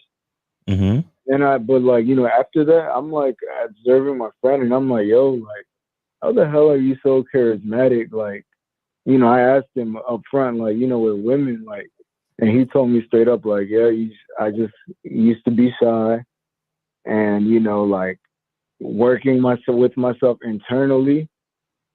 Like, he straight up said this, like, work with myself internally, learning about, just putting myself out there, like, it's deeper than just trying to get comfortable with women. It's more like getting comfortable with yourself. Right. Exactly. Right. Yeah, no, that's exactly what it is. If you get comfortable with yourself, then everything starts to fall into place, and you're able to attract the type of woman you want. You're able to get the type of situations you wanted, to get and to make happen, and then things will benefit you more in the game. So that's what it is really getting comfortable with yourself. But this is why you got to go to the masculineidentitymembership.com. So y'all motherfuckers get on that shit ASAP, brother. But appreciate the call, man. All right, let's go to, I think this is Monogamous Player. Monogamous Player, what's going on, fam? Yes, sir. What's good, LaQuaria? What's good, Miles? Y'all already know that I don't know. Appreciate it. All right, what's going on with you? Oh, yeah, I'm going to be quick tonight. Just a couple of things I want to say. It's something that you and Miles said earlier that really, really hit the nail on the coffin. And, it's all about this high value stuff, but y'all said that it's a difference between being high value and being high quality. You can have $20 million, just like that caller was saying, but then he still got women that want to, trick him out his money and use him and stuff like that. So yeah, you got high value for is the assets that you have, but what is the man? What is you? You know what I'm saying? Right. Who is you? You know what I'm saying? Who is your identity? That's what you always talk about, Miles. That's what your program is about. Right. It's all about allowing women to experience something that they can't get outside of you. You see what I'm saying? But guys, they don't look at that. They just look at the value. And then another thing, Mr. Lucario and Miles, and this is I'm actually being sarcastic, but I'm gonna ask a question, right? You know how like all these passport bros and these guys out here that saying Western women ain't shit and they treating the black man wrong and all that, right? Right. Now, correct me if I'm wrong. Hasn't women been saying that niggas ain't shit? Right. Exactly. So if women been saying that niggas ain't shit, where did it start from? So as what you said, Mr. Lucario, women are only reacting to what you put out. Exactly. You see what I'm saying? That's a fact. Women been saying that, so that means that niggas not been on shit. You know what I'm saying? Exactly. So now y'all niggas is experiencing the backlash and the results of that. And y'all don't know how to handle it. You see what I'm saying? But another thing too, Mr. Lucario, this last thing I want to say is, here's when you actually reach the highest level of game, right? When you start valuing cooperation over looks. So many guys are still out here fucking with these women out here, bro, just because they baddies, just because they got a BBL and all of this. So you give her the benefit of the doubt versus you only fucking with a girl that's cooperative. I'm a type of guy that I can fuck with a baddie that's cooperative. I can fuck with an average cute bitch that's cooperative. Right. You know what I'm saying? I can fuck with an ugly bitch that's cooperative because when I fuck with her, I can make a bitch bad. You see what I'm saying? They ain't know The about quality that. that's within me. They don't know about that. Oh, shit. You see what I'm saying? And then another thing, Mr. LaCroix, the last thing I want to say is you also touched something else. You saying that the reason why women be acting a fool to a lot of these guys is because guys leave women confused. Right. When I was out here dating women, even in my monogamous relationship, there's no confusion. There's no confusion. Right. And I'm gonna be honest, Mr. LaCroix and Miles. Here's how I know that niggas out here ain't fucking and niggas out here ain't really experiencing the game on the highest level, right? When I was out here casually dating, right, I ran into a lot of girls that was A-okay if you just told them the truth and just told them what it was. Right. Yep. You know what I'm saying? Of course, there's going to be some that's going to be like, oh, I'm not trying to deal with that. But trust me, more than that, it's a lot of them that's willing to do it. All they want to know is the truth. Right. But it's so many guys out here that's being confused, lying to females, da-da-da. Women ain't really lying. I mean, women ain't really mad at the fact that women actually are turned on at the fact that you fuck with other women. But it's the lies. It's That's all a that fact. corny bullshit that you add to the table. You see what I'm saying? But guys don't understand that. But I know y'all got a lot of calls and y'all got a great show. Thank you for the opportunity. Appreciate it, brother. All right, we'll take 2 more calls and then we're gonna get to these videos and then we're gonna take the other calls and then we're gonna wrap it up after that. But let's go to 404. 404, what's popping? Who this? What's up? This is Z from Atlanta. How y'all doing, man? Chilling, my brother. Did you donate? Yeah, I All right, so what's good? So pretty much with the title, do you think women's default setting is disrespect? And the question I want to pair with that is, are weak men creating that, or are they just allowing it? Because can you create a disrespectful woman, or can you just allow them to be disrespectful? Right. Those are two questions. Nah, so the default is never disrespect. You understand what I'm saying? Because the default just in human beings, right, is actually stillness, peace, and happiness. That's the default. So whether you're a man, woman, or whatever. But the thing is that the guys, what happens is that they're creating disrespect, right? Because of how they're coming into the situation. And then what happens is they create the disrespectful women, and then the other guys that encounter those women allow the disrespect to continue. You see what I'm saying? So what happens is that women, you got to remember, women are basically susceptible to their environment. You understand? They're so what'll happen is this. If men are actually doing what they need to do in order to make shit happen in a beneficial way, not only for him, but also for the women that he deals with, then what happens is that if men were doing this on a mass scale, then most of the women that you would encounter would be way more pleasant on the front end. You understand what I'm saying? Because the men are, this is why a lot of these passport bros be like, yo, if you go overseas, these women are more chill and all that other stuff. It's because their environment, their society, their culture has basically brought them up to be that way. You see what I'm saying? But over here, we drop the ball as men. And so this is why you have a lot of women that'll act a certain way based off of, how a lot of these dudes out here is acting. You know what I'm saying? This is how it is. Got you. And then one more question before I let y'all go. When Miles was talking about the outer body experience, it almost kind of reminded me of this movie Limitless with Bradley Cooper. Yeah, he had fucked his tenants. If you watch the movie, you know what I'm talking about. He fucked his landlord. He fucked his landlord. Right. Yeah, he fucked his landlord. Okay, so that's what I wanted to say. When you a man that's has that type of experience and you're an experienced man in the game, do you look at it as disrespect, or you just look at a woman that's lost and misguided because you know what's going on, but you just like, man, this shit crazy. So do you even look at it as disrespect anymore, or like how do y'all view it? Yeah, you see it in different ways. Like you can see a woman being disrespectful, but when you really break it down, you realize that it's not disrespect. It's the bitterness from the hurt and the lack of consistency that she experienced with previous guys. Exactly. And so it is disrespect, but then at the same time, it's not. It's really just her responding to her lack of leadership. You see what I'm saying? So ultimately, you realize that all that energy that she's exhibiting has nothing to do with you. Exactly. You see what I'm saying? So it is what it is, but then it's deeper than that. Right. So yeah, because you can see that as disrespectful behavior, but at the same time, you also see it for what it really is. You know what I'm saying? And then once you see things for what they really are, then you don't take it personally, and you don't let your ego fucking fuck with you to think that it's about you. You see what I'm saying? And that's when you really on top of your shit. You see what I mean?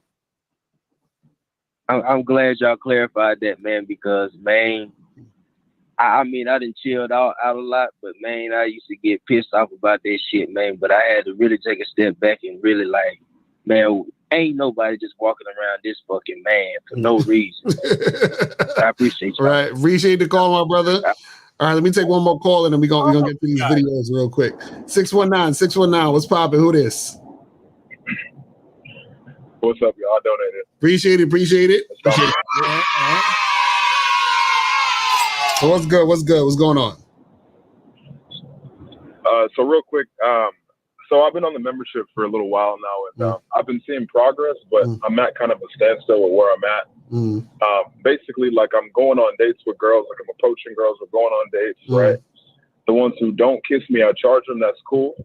But then the other women who like I tend to make out with or have a good time with, like we get intimate and physical, for some reason I don't see them again. Like it's always just that and nothing else. And it's kind of confusing because like it's a consistent thing where like I'll make out with a chick, I'll have a great time with her, we're having fun and shit. And then like that's it. It never goes nowhere else. And I'm wondering like where I'm fucking up at. All right. So let me ask you this. When you're in these situations, right? Are you trying to pull them back to your place? If it's feasible, sometimes I don't. And then like the last one Go ahead. What? Now go ahead. What you gonna say? No, I was saying like the last date I went on was on Friday, and we was making out real heavy, and like I could tell she wanted it, and I was like, "Yo, what's good? Like let's get down tonight." And she was like, "Oh, not tonight." I was like, "All right, cool, another time, fuck it." And then like I hit her up yesterday, like, "Yo, what's good? Let's get together this week or whatever." And then she's like, "Yeah, to be honest, I'm not interested." And I was like, "All right, cool," and I just let it go, whatever. Okay, and so. How many? Okay, so let me ask this. So, how many women in the past, let's say, month, like just this September, how many women has that happened to you with? Like, how many women you went out with, kissed, did all that other shit, and then shit didn't go down? Probably 4. Yeah, 4. 4 for this month? Yeah, 4 for this month. I've been on other dates too, but then, like I said, they don't want to, kiss or nothing. So I just leave it alone. I just don't even keep going with that. And so how long? So let me ask you this. Wait, how old are you? I'm 25. 25. Okay. How many chicks have you smashed in your life? In my life? Yeah. Not a whole lot. Probably like 3 or 4. Okay. 4, I think. Okay. So now out of those 3 or 4 women, how did those situations occur? You mean like how did I get like? Yeah, like how did it happen? Like what do you mean? Like how did it happen? Walk me through. How did you have sex with these 3 or 4 women?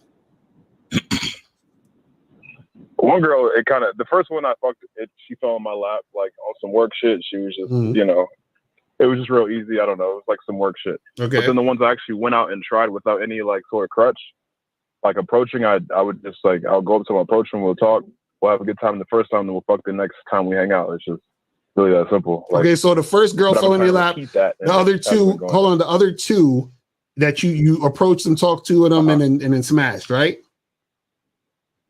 Yeah, right. Okay. Now, when did this happen? At what age?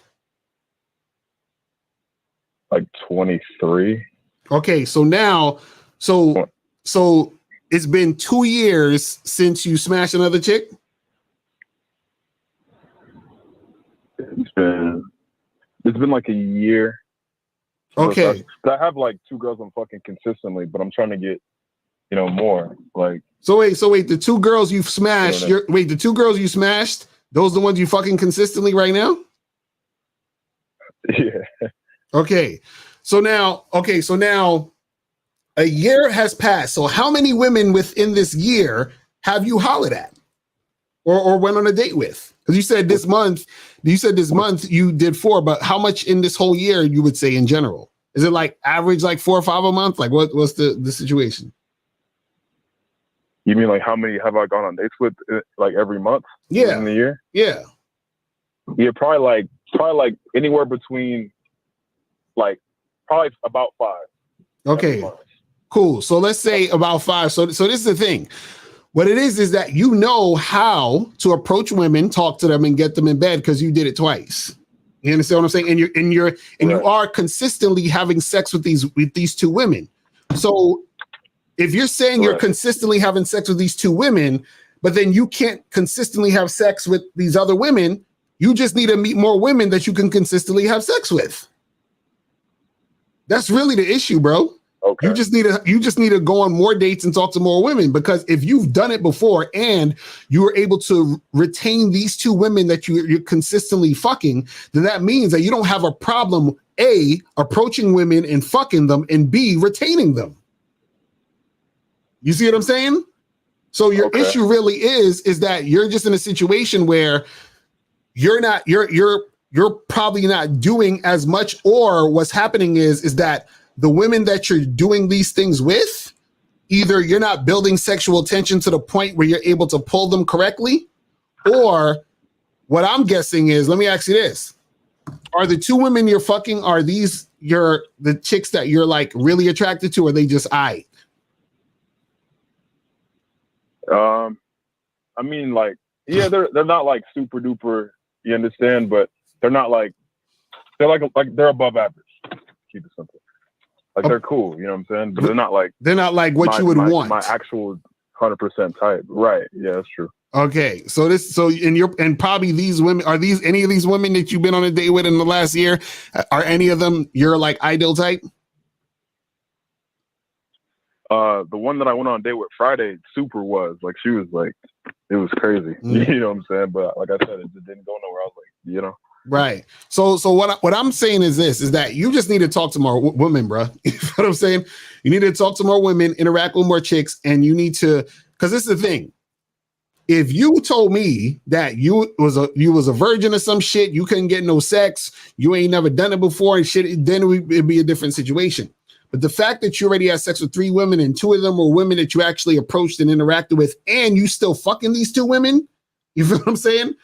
So therefore, you know how to maintain a situation. So what it looks like is that you're dealing with women or interacting with women that you probably are into, you're really feeling them, and you're treating them differently, putting them on a pedestal, which can cause you to be less attractive to those girls, which is what a lot of guys do. They start acting differently around women they're really, really feeling, and those women can feel those vibes, and then you become a guy who's not as attractive to her because you're sweating her on a subconscious level. You're like, oh my gosh, she's so bad. I've never been out with a bad chick like this. I really like her. And then that energy translates, and then that's what makes her, turn off to you. Now, these other women who are aight, right? You're probably just chill, cool, calm, and collected in this whatever with them. So they find you attractive because you're just chill, cool, calm, and collected. You see what I'm saying? So you need to talk to more women, but also at the same time, don't put any of them on the pedestal. And what you can do is that you also can switch up the way that you're interacting with these women, because there might be something you're doing that's causing you to have these same type of results lately, where either you're like not building enough sexual tension, meaning you're not flirting enough. You feel what I'm saying? You're not being assertive enough. There's something that you're doing probably in these situations where you're not really being, getting a little bit more assertive to make shit happen.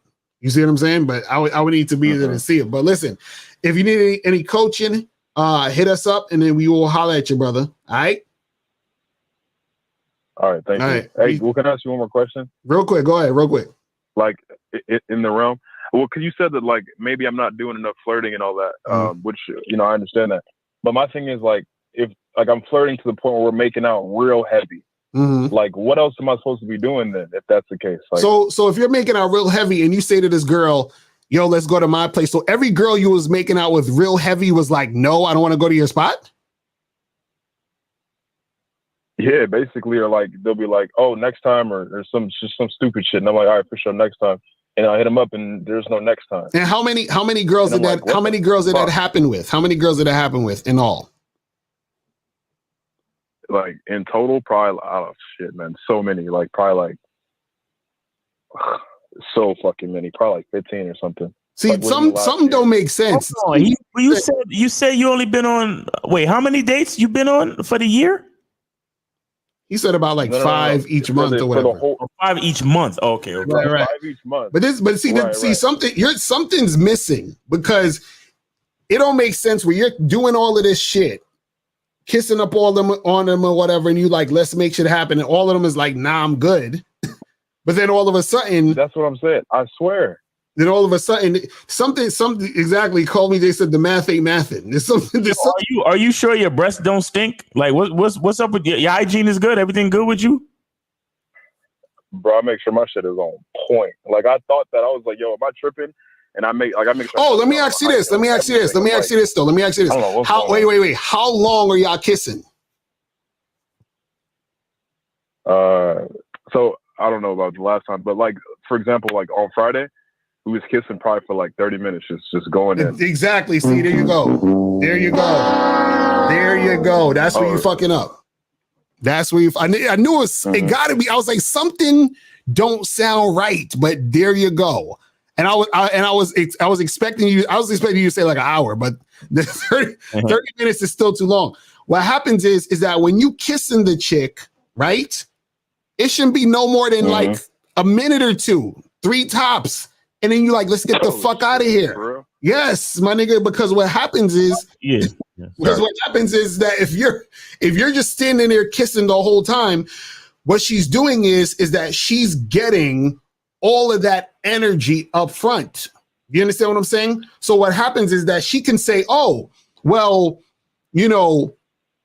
I got enough sexual energy, so I don't have to really do him to get more tonight. I can wait. Mm-hmm. See what I'm saying? I can wait. And what happens is that you're fucking up the momentum because now, if once you start kissing and shit, you want her to want more. So more is we about to go to my spot. Mm-hmm. You give her a taste, and if she wants more, then she got to open the legs. Exactly. But you giving her more than a taste. You're giving her the whole shit. Right. Fuck you doing making out for so fucking long. Damn. Seriously, brother. What you doing making out for so long? What's going on in your mind would make you think a half hour of making out makes sense to you? Well, to be honest, I like it. Like that's the first thing. The second, like I thought that's you wouldn't like it better if y'all was both naked in your bedroom? Because you can still kiss the girl while y'all both naked in your bedroom. Right.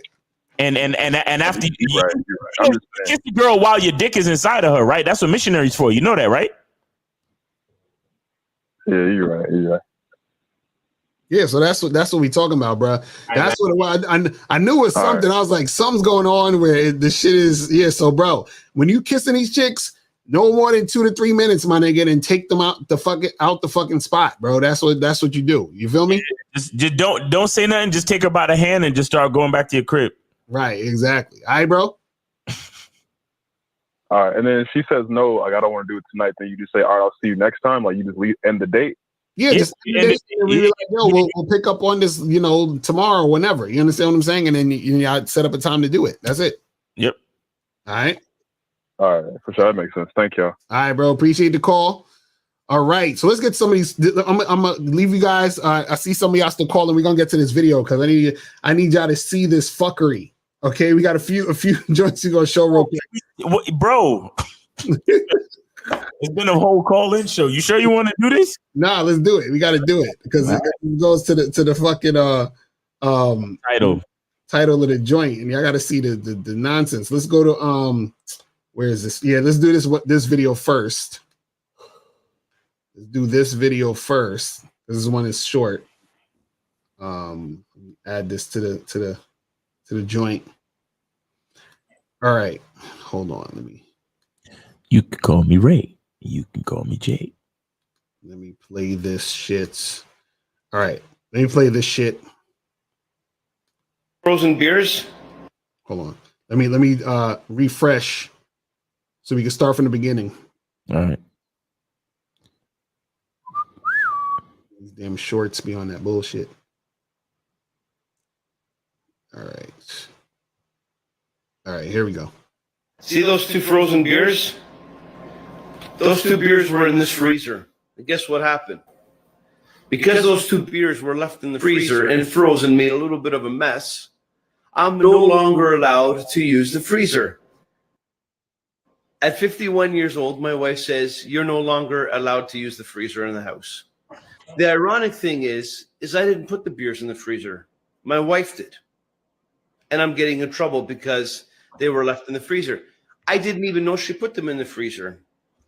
But because I was the one who bought the beers originally from the beer store, it's my fault.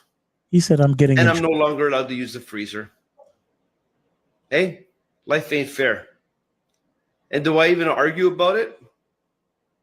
No point, because I'm going to lose. See those two frozen beers? Oh, Lord. Yo, this nigga said, I got in trouble. Because 50-year-old man, I got in trouble. Yo, this is what we talking about, guys. This is what we talking about. See, this is the bullshit that niggas put themselves in. And guess what? This is all his fault.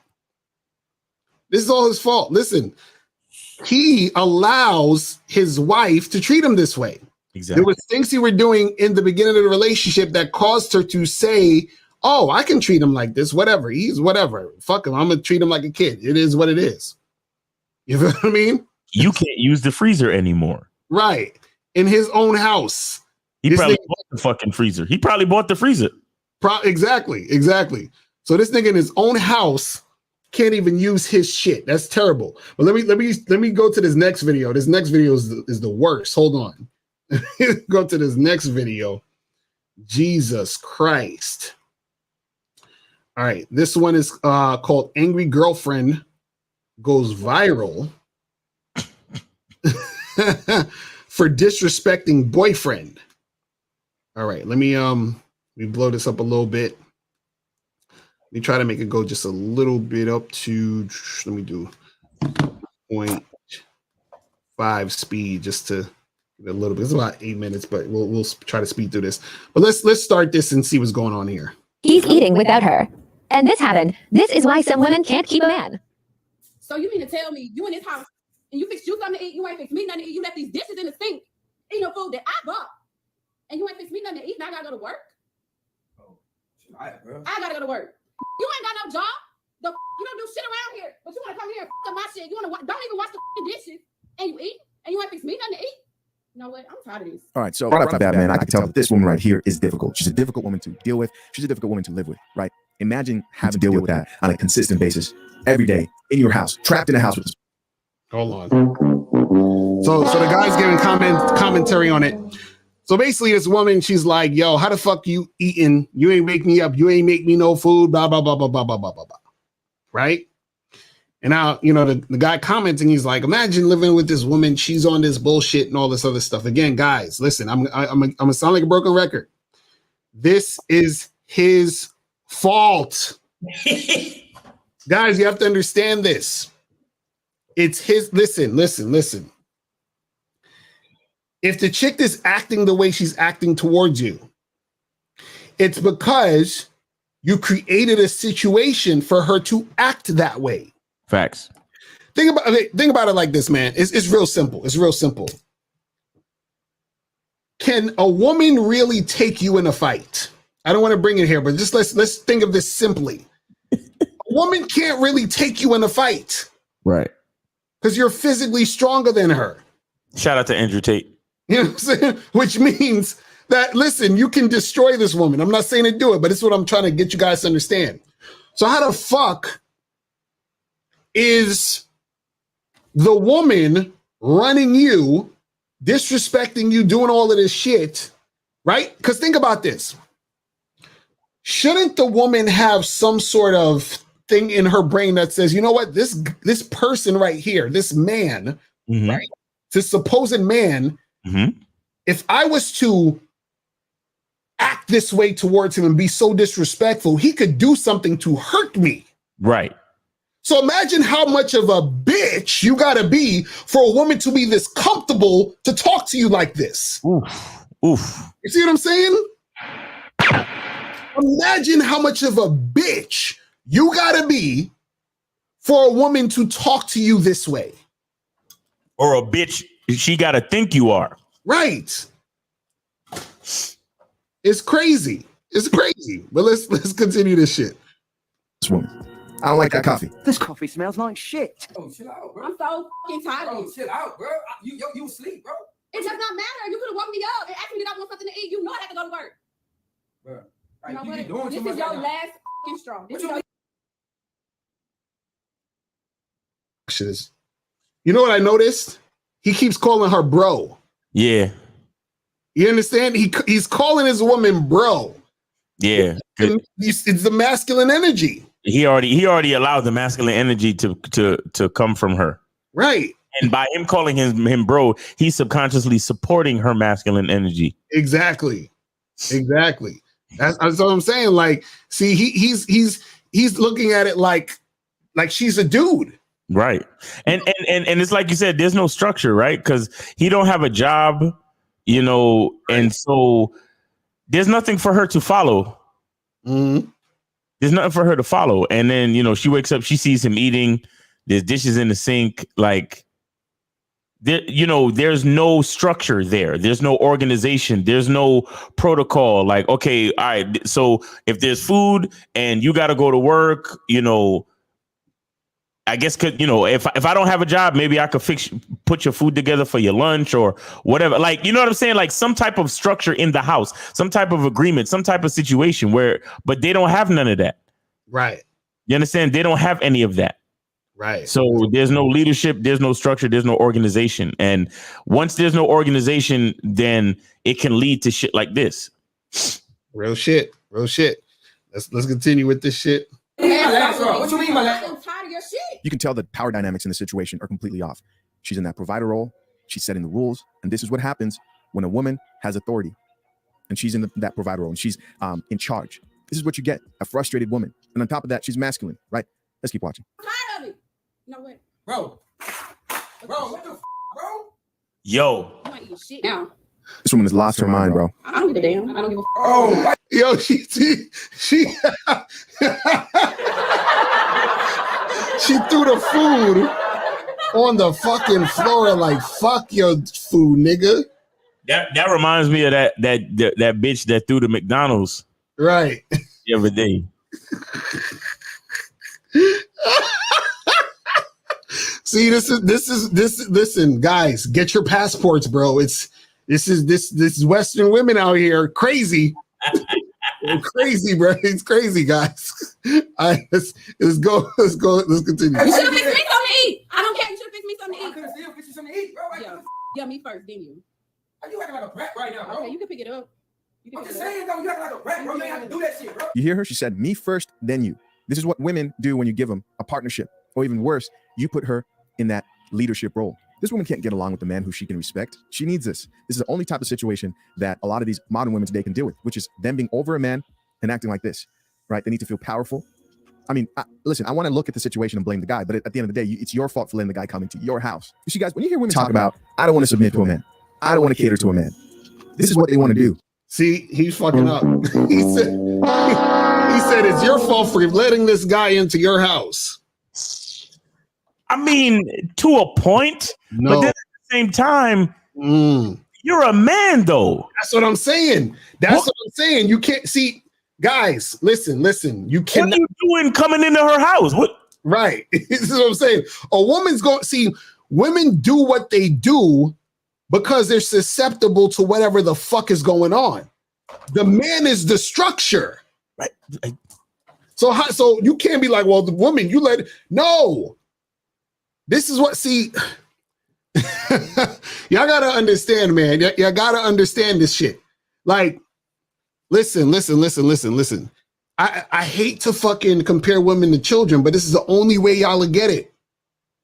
If a fucking kid eats Skittles and ice cream for breakfast because the Skittles and ice cream was on a counter, you're not gonna say, hey kid, hey youngin,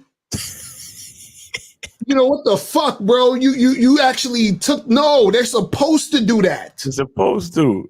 Big kids. You're supposed to be the one to make sure they can't get access to that shit. You're supposed to be the one to make sure that they're eating the right food. Right. You're supposed to provide the structure.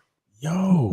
You know what I'm saying? Like, that nigga said you allowed the man to come up in there. Like it's like him not having a job and not doing shit is right. Cool. Right. Like look, I always say this, but I don't give women any credit. Mm-hmm. How can I worry about the responsibilities of a woman if the man in the situation ain't doing what the fuck he's supposed to do? Exactly. And I'm not talking about making her something to eat and washing the dishes. Mm-hmm. I'm not talking about that. The average nigga listening to me right now might think, oh, so Miles, what? He's supposed to wash the dishes and he's supposed to make her food? I'm not talking about that. Right. He's supposed to set shit up to where his bitch know better than to talk to him like that in the first fucking place. Exactly. Like shit's supposed to be a certain way to even if she see dishes in the sink and she see you over there eating, she's still like, oh, okay. Right. Is there any food left? Exactly. Yeah. There's some food in the fridge in there. All you gotta do is heat it up. Oh, okay, thanks. Like that's how it's supposed to be. Mm-hmm. But there's something that he's doing or not doing that makes her want to talk all the shit she talking. Exactly. And they're giving him threats, talking about this is your last straw and all of this shit. And you notice she mentioned the fact that he ain't got no job and all of this. Right. Because he ain't really about shit. And a lot of times when females invite men like, excuse me, you have to understand when females invite men like this into their house, they're looking at a man. You have to understand, and this is why we talk about the brand of manhood and masculinity.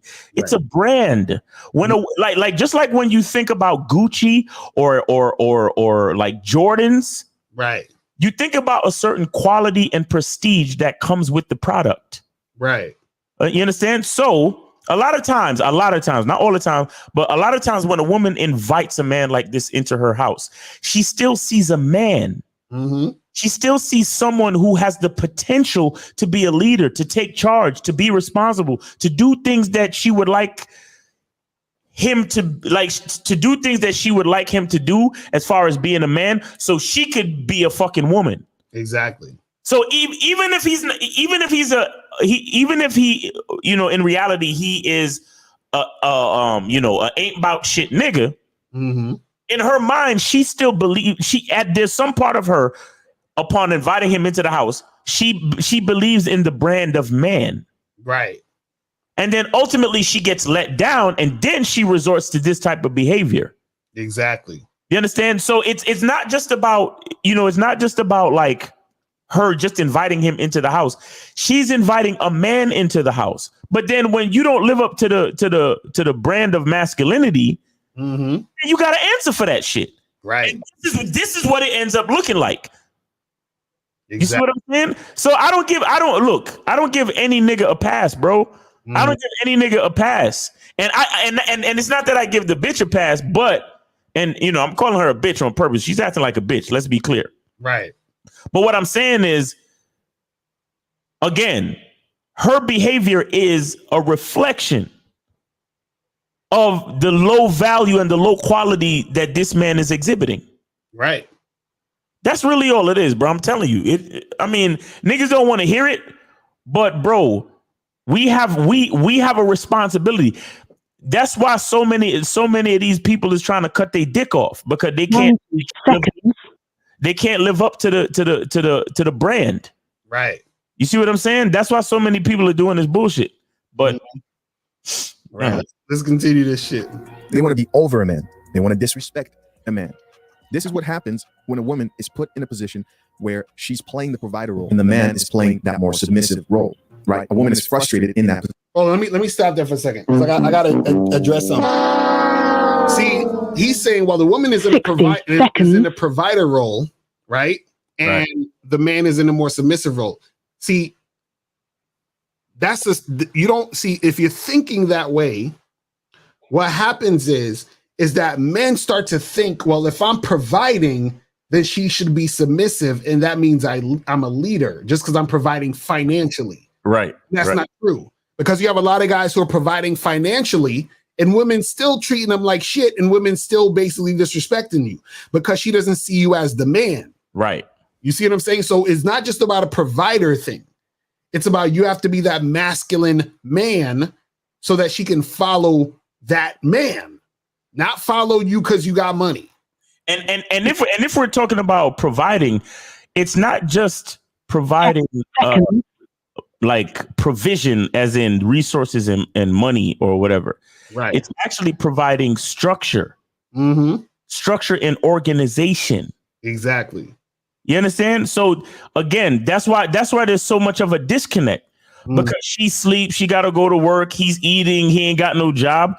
That's a lack of structure all in itself right there. You see what I'm saying? That's a lack of structure. So when there's no structure, it's anarchy. Right. So she can it's like he's giving her a fucking, a pass to behave however the fuck she want to behave. And then on top of that, he calling her bro. Right. Exactly. Absolutely no structure there, because you the man and you calling her bro. That's straight dysfunction and disorganization. That's facts. Let's continue this shit. Position most times. A man in this position, yeah, he's going to, maybe get upset when the dishes is not done, but he's not going to flip out as much as they'll want to say, I don't want to submit to a man. I want to be partnership. Or even some of them say, maybe sometimes I can be in charge. Well, this is what you were saying. Go ahead. I just real quick. When I hear niggas talk like this, they're acting like men and women is the same shit. Exactly. He's like, oh, a man's not gonna flip out like this if the dishes are not washed. Men and women are not the same, bro. Men and women are not the same. So even saying that, you expose yourself to be the type of nigga that think that it's a tit for tat and that men and women are the same. We're not. Right. That's real shit. It's real shit. What it looks like for women to sometimes be in charge. You didn't have to do that. Like, God damn, bro. I ain't came to eat now. I could have still fixed you something to eat. Nah, you can fix me something to eat first. You around here thinking about yourself and you're not even thinking about me. Bro, I was gonna wash the dishes. Okay. No, you was not. No, you was not. No, you was not. All right, bro. Okay. All right. And where you think you're going? I'm gonna leave, bro. Like, that's stupid, bro. You recording? What the f you recording me for? Because you picked me to see how stupid you are. Man, get the f out of here, bro. Where you going? You can get out of my room. Man, come you on, get out bro. my room. Like, you doing too much, Can bro. you pick this up too? Hold on. Did you guys see that? My man tried to escape the stress, right? Try to run away into a different room. Yo.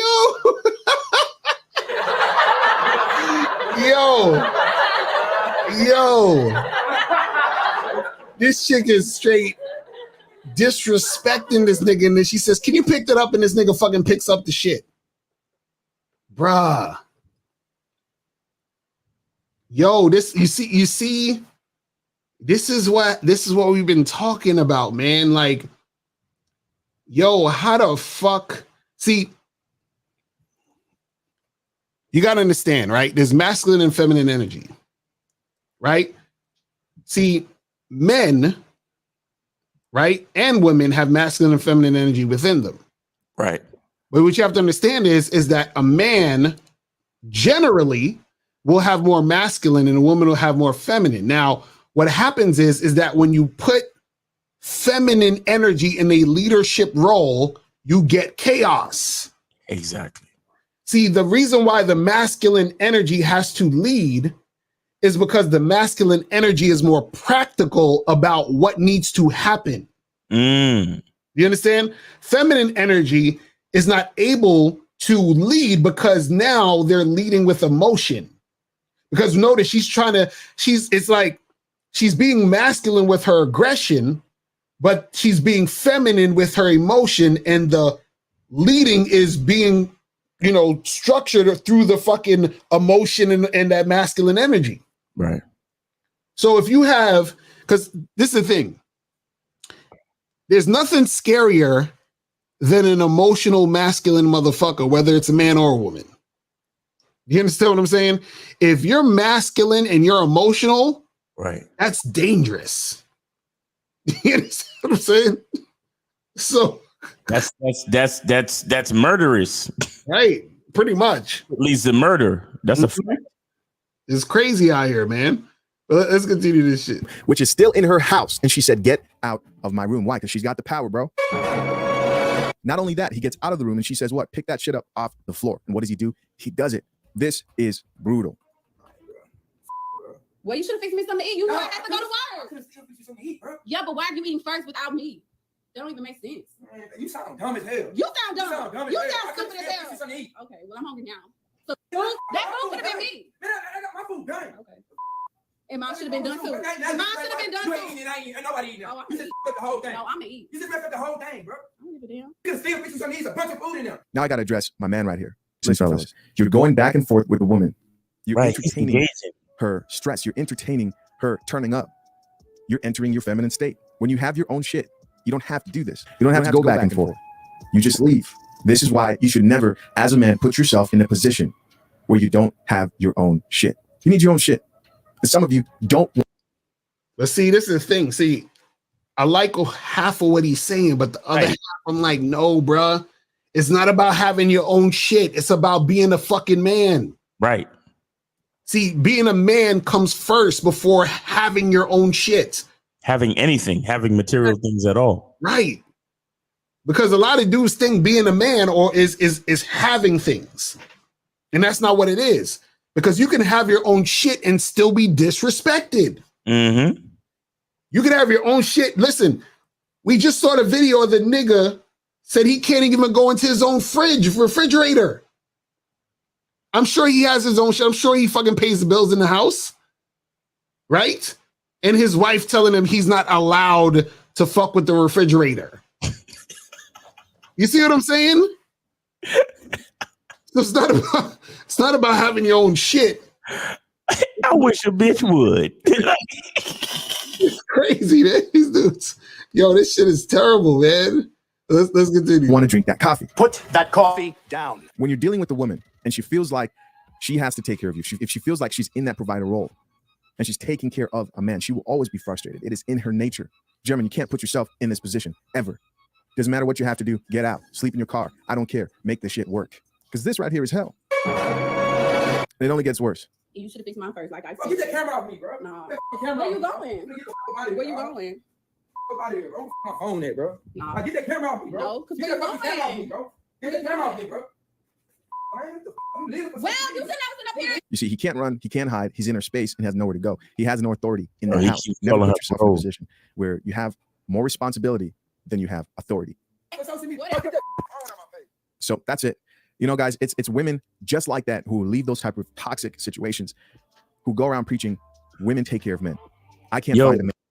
I just realized she threw the food on the floor and he picked it up. That's what I'm saying. This nigga. Yo, these dudes. I'm telling you, these are the guy. I'm telling you, that nigga, I guarantee you, just went to go get a passport. I guarantee you. He went to go get a passport. Nah. I don't believe in him. I don't believe that he could do that. Yo, that's crazy. All right, we're gonna play this one last video. This one is short. This is from hold on. The thing is, I got it off of Instagram. Well, actually, we got two more because we got to play the Sable joint real quick. Okay. But let's start this one. Hold on. What's the volume on this shit? I don't like titties like that. Let me refresh. Those are two-dimensional titties. I like 3D titties. You said you was gonna take care of me. I said you go to the store. I said you go to Hidden Souls and you get What happened to you taking care of me? I am taking care of your body. That's not taking care of me. You're not taking care of my Bro, family. what are you doing, bro? Don't ring it up on my tab, bro. Don't ring it up on my tab. First of all, bro. don't talk to the man like that. Tab. No, I'm saying, like, Don't worry about him. He's I'm acting dead like serious. broke. Like, no, for real. Like, Just keep bringing it up. You really don't gonna do ring it this up on in my front tab. of Yeah, people? I'm doing this in front of people. I didn't tell you What are we doing? No, bro, that's what we doing, bro. I'm not buying her Are you friends, her seriously mama, doing this in public? 18 cousin, In public? Are nobody, you nothing, serious? bro. I'm buying her something. Are you Size serious? 7 for you. You wear that 7. You don't wear no 6.5. You don't wear no 8. You wear a size 7. So what I hear is you're being a broke One nigga. purse. What I hear is you're being a broke nigga. You might do me a favor, just hit the soul. You was flaunting all this money and like you had all this money. You was What? flaunting like you had all this money. Bro, look at this shit, bro. She expect me. Y'all look at this shit, bro. She expect me to buy Yeah. her friends, her mama, shoes, and I told her to get her a size 7. Get you some shoes. Get me I didn't tell and you my what it is. homegirls. All right, cool. Check it out. Pick a cup. You said you were gonna take. Why are you still talking to her?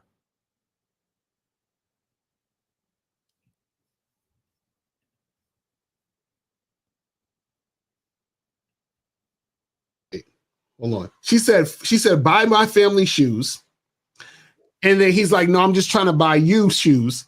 Then the guy at the counter is like, are we ringing this up? And she's like, don't worry about what he's saying. Ring the shit up. Ring the shit up. Right. Then he's like, no, I'm buying just for you. And then she's like, oh, well, you sound like a broke nigga now. Right. And he's still standing there. And then he's still standing there talking about, no, I'm just going to buy you shoes. After she done disrespected him all that time, called him broke, fucking told the other guy not to pay attention to him, and he still's like, I'm gonna still buy you shoes. Right. And then she did that like talking through her gritted teeth type of, I can't believe you doing this shit in public. Right. Oh, this is exactly, I told y'all about my situation the other day where I offered the girl a drink. She told me she drank wine. Right. Told the bartender wine.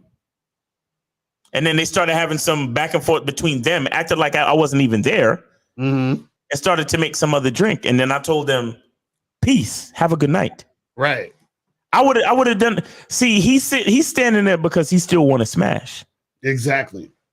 That's the problem with most of you motherfuckers out there. Because you still want to smash, you're willing to. That's why he's still standing there holding on to the, well, I still want to buy you something. Right. Exactly. I just want to buy you something. If a woman start acting like that, does she deserve you to buy her anything? Exactly. She's literally telling the guy behind the cash register to disregard your presence.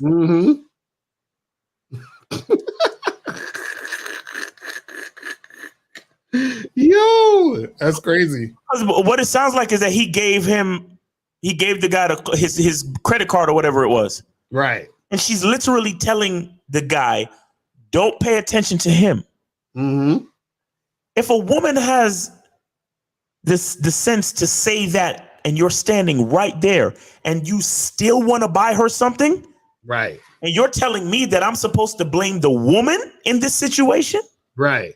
Because notice what she also began to say. She was like, you was acting like you had all this money.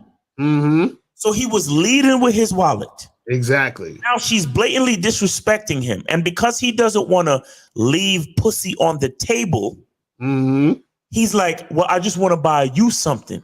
Exactly. And then she disrespects him again, saying, oh, well, you was fronting like you had all this money. Now you acting broke. I can't believe you doing this shit in public. Why you acting like this? And I'm still trying to buy you something. Exactly. These niggas. And it's not the girl's fault because you was leading with your wallet. You was leading with your wallet. So she gave you the choosing signals that you wanted. Now she got your credit card on the deck. She got your credit card on the cash register. Because you was fronting like you had all this money. So you the one that gave her the permission to behave this way. Right. Like, I like that video because that video is a perfect example of the way that these weak ass motherfuckers create the monster. Exactly. Because listen to what she said. You was front like you had all this money. So why you can't just buy my homegirls and my cousins and shit? You was acting like you had all this money, like you was flossing. Exactly. You was acting this way, bro. Now we're here. Because I'm going off of you acting like you had a lot of money. So now we're here purchasing because you know these niggas, right? Like, oh yeah, sneakers and shit. That's I got that. Whatever. It ain't tricking if you got it. Nah, girl, get what you want. Rah, rah, rah, rah, rah. Mm-hmm. Okay, then, nigga. You leading with your wallet. That's how you want to behave. Right. Ring it up, sir. Nah. I just want to buy her something, not her whole family. Hold up. But weren't you just acting like you was balling? Like you could buy everybody and their mama a pair of sneakers? What's wrong now? Nah, I only want to buy you something, though. and then I'm supposed to say, yo, that girl is a gold digger, man. Fuck that girl. I'm going to Japan because in Japan they don't act like that. Right. Bro, crazy. I can't believe these niggas, bro. And then when we tell them, yo, you need to vet a woman for 12 to 18 months, make her and everything. Yo, girls ain't gonna go for that. You don't know what the fuck you talk about. Exactly. Right. It's terrible. It's terrible. This is what we're saying, where men create the disrespect, because that was a perfect example in that video. He created it. Like, she was like, listen, you did that shit. You came at me this way. So what's the problem? With her fucking. And then the funny part is this: he still is coming at her that way. He's still trying to trick on her, bro. We didn't get the background of the video, but I bet you he just met her. Mm-hmm. Oh yeah, he probably just met this chick like a week ago or something, even a few days ago or some shit. No, I bet you he probably just met her in the mall that day. Probably. He could have. I wouldn't be shocked. Wouldn't be shocked. Yo, y'all motherfuckers out there are disgusting. Mm-hmm. Because before, listen, see, here's what y'all don't understand.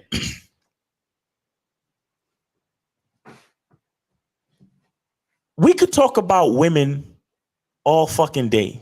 Mm. We could be like some of these other niggas on these other platforms and channels and talk about how horrible women are all fucking day. Mm-hmm. But you know what that's gonna do for us? Absolutely nothing. Exactly. The truth of the fucking matter is, you weak pussy. Shout out to these the UK niggas. You pussy beggars.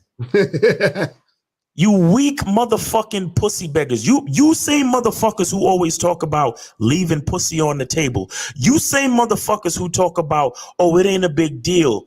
You know, I did it. I did it because she was cute. I did it because I was trying to make her feel comfortable. You same motherfuckers, you weak, disgusting, excuse for men, fucking up the brand of masculinity motherfuckers. Y'all niggas leading with your wallets. Mm-hmm. Y'all niggas. Mm-hmm. We're not gonna make no progress unless you start looking at yourselves, you disgusting pieces of shit. That's a fact. Until you start looking at yourselves, you disgusting, weak, horny, thirsty assholes. Unless you start doing that, there will be no progress made. Because what's the point of telling a woman that she's doing something wrong when the only reason she's doing something wrong is because you led her down the wrong path? What's the point?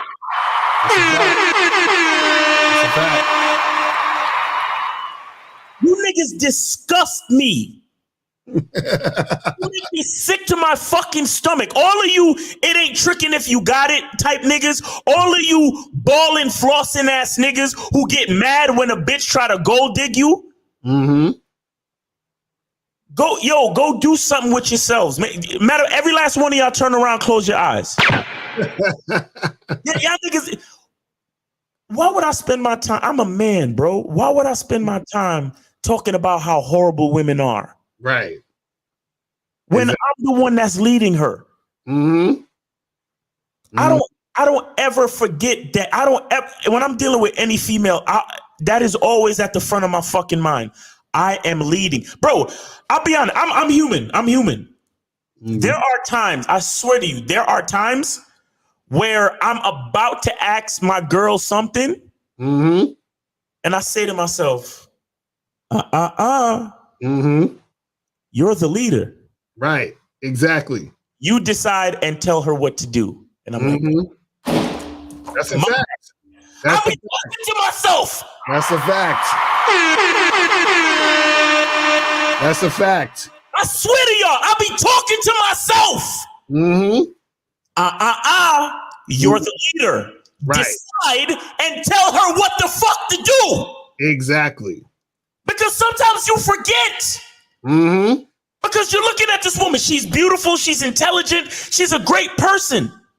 Right. Sometimes you're like, hey, so what you want to do with the Mm-hmm. Decide and tell her what to do. Right. That's a fact. Like, y'all niggas think this shit is easy. Y'all niggas think this shit is a joke. Oh, it ain't no big deal. I let her choose the whatever. I let her choose the. Bro, look, this shit is a responsibility. It is a lifestyle. It is an ongoing thing. This is why we talk about the bad boy membership and the masculine identity membership. Mm-hmm. This is why. Right. Why? Look, you guys got to understand, anybody who you know who is great, they only continue to strive to greatness. Mm-hmm. You look at any great person that you want to talk about, Jay-Z, fucking Kobe Bryant, Michael Jordan, Shaquille O'Neal. Look at Shaquille O'Neal. Right. Shaquille O'Neal is, all of these motherfuckers are rich motherfuckers, but you always see them on TV every other fucking week. Mm-hmm. It's because once you develop a certain quality and value in yourself, it never fucking stops. And you always have to readjust and remind yourself of who you are. Because if you don't remind yourself of who you are, you can turn into a weak, disgusting, thirsty motherfucker who think they leaving pussy on the table, just like these niggas in these videos. Exactly. Real shit. Y'all don't really understand how serious this shit is. I swear to God, because I think about that shit all the time. I'll be getting ready to ask my girl a question like, it be some simple dumb shit too. Mm-hmm. And then before I open my mouth, I'll be like, hold up, nigga. Right. You're the leader. Right. Exactly. No, that happened to me the other day, bro. It happened to me the other day. I swear, me and April was in the fucking, we was in, where was we? We was in Manhattan. And we was crossing the street. Yeah. So there was these cop cars coming, like slowly, like coming into the fucking, to the stop sign or whatever. And she sort of like grabbed my hand and was like trying to go across the street. So then I went along with her. Right. And then I was tight. But then it was weird because it was like literally at the same moment I was tight at myself. At the same time I was tight at her. But then it turned into me just being tight at myself. Right. And it was weird because she looked at me and literally within like 5 seconds, she said, hey, I'm sorry, I apologize. Like I didn't even have to say anything. And I said, no, it's not you. It's me. So don't worry about it. And that was it. That was the end of the conversation. Because it was like, I said, this shit happened because I wasn't leading the situation in that very moment. You see what I'm saying? I wasn't mad at her. I'm like, bro, a while back, I swear, a while back, I was out with a woman, chick I was seeing for a minute. Right. And we were leaving a restaurant. Mm-hmm. And for a split second, bro. And I always remember this shit. For a split second, I let her walk in front of me. Right.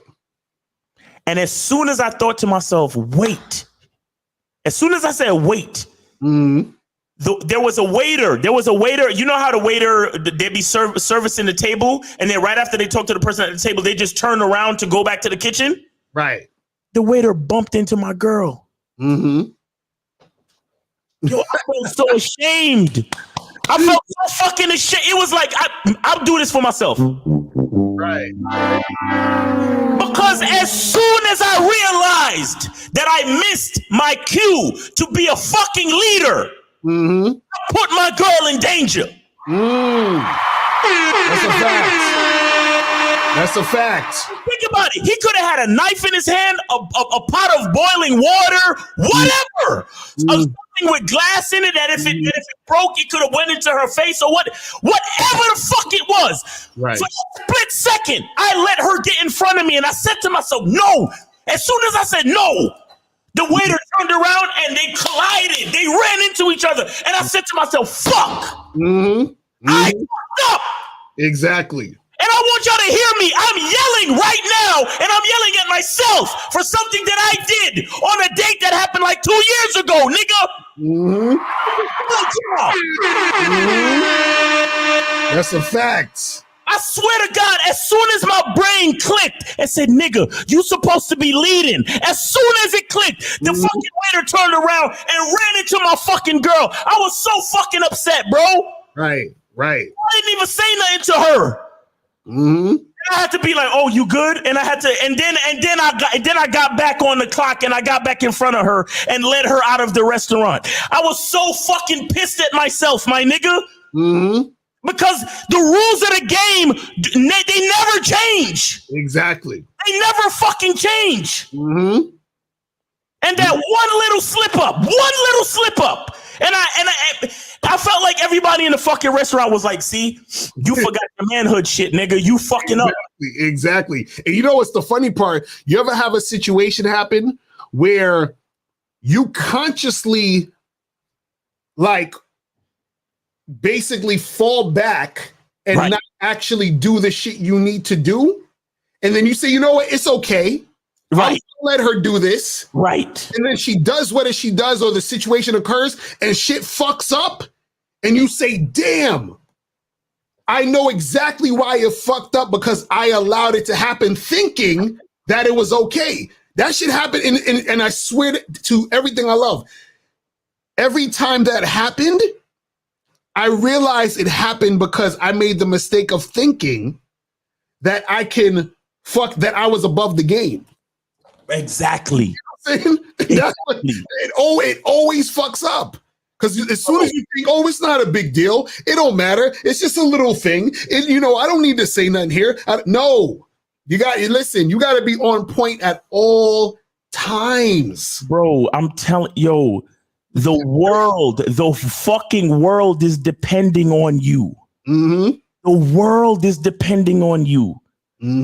Because literally the moment you forget about the importance of your masculine identity, everything begins to fall apart, bro. Right. Bro, I swear to God, like, when that shit happened, bro, I was so pissed at myself for like, even now, thinking about it now, I'm like, bro, like, you know better than that. You know better than that. And bitches be on that, "Oh, why, I don't understand why I should walk behind any man," and blah, blah, blah. I even forgive when women say that shit, because I already know that you're a woman. You don't know. Forgive them, Father, because they know not what they talk about. Forgive them. Exactly. I already forgave a woman for not understanding the fact that she's supposed to walk behind me. Exactly. Because when I walk in front of my woman, I anticipate that fucking waiter just turning around without noticing who's behind him. I anticipate all that type of shit when I'm walking. And the one split second that I let my girl walk in front of me, she ran into the waiter, and I'm like, "Damn, bro, I failed. I failed in that fucking situation." And I need all y'all niggas to understand what I'm talking about, bro. Like, this masculinity shit. And again, it's a simple thing. She just ran into a waiter, so it doesn't seem like much. But imagine if it was something else. Exactly. Imagine if it was something to hurt her or to put her in a fucked up situation. Because I would have, because I saw the waiter. I saw that he was finished. Bro, I saw all of this. I saw that he was finishing up his conversation with the people at the table. I saw it. Right. Because, like, look, even earlier today, me and my wife went out to eat dinner, right? And it's getting a little chilly in New York now because, the weather's going to, like, the fall shit, right? So she had, like, short sleeve joints on or whatever. And I was walking out the house, and now I was like, I don't really need the jacket, but I was like, let me just take it just in case. Because I said, "Are you cold?" She said, "No, I'm not cold." And I said, "Let me take my jacket because I know she's going to be cold." I already know she's going to be cold. Oh, you already know. As soon as we left the fucking restaurant, she's like, "Oh my God, it's so cold." I said, "Here's the fucking jacket." You see what I'm saying? So I'm already doing this shit because I already know what I have to do. That's man shit. Exactly. A lot of niggas would think that that's simping. No, that's man shit. Number one, that's your wife. Right. Number two, you know your wife. Exactly, right. And you know that you're gonna go out and have dinner for maybe an hour, hour and a half. It's gonna be because the night is coming in.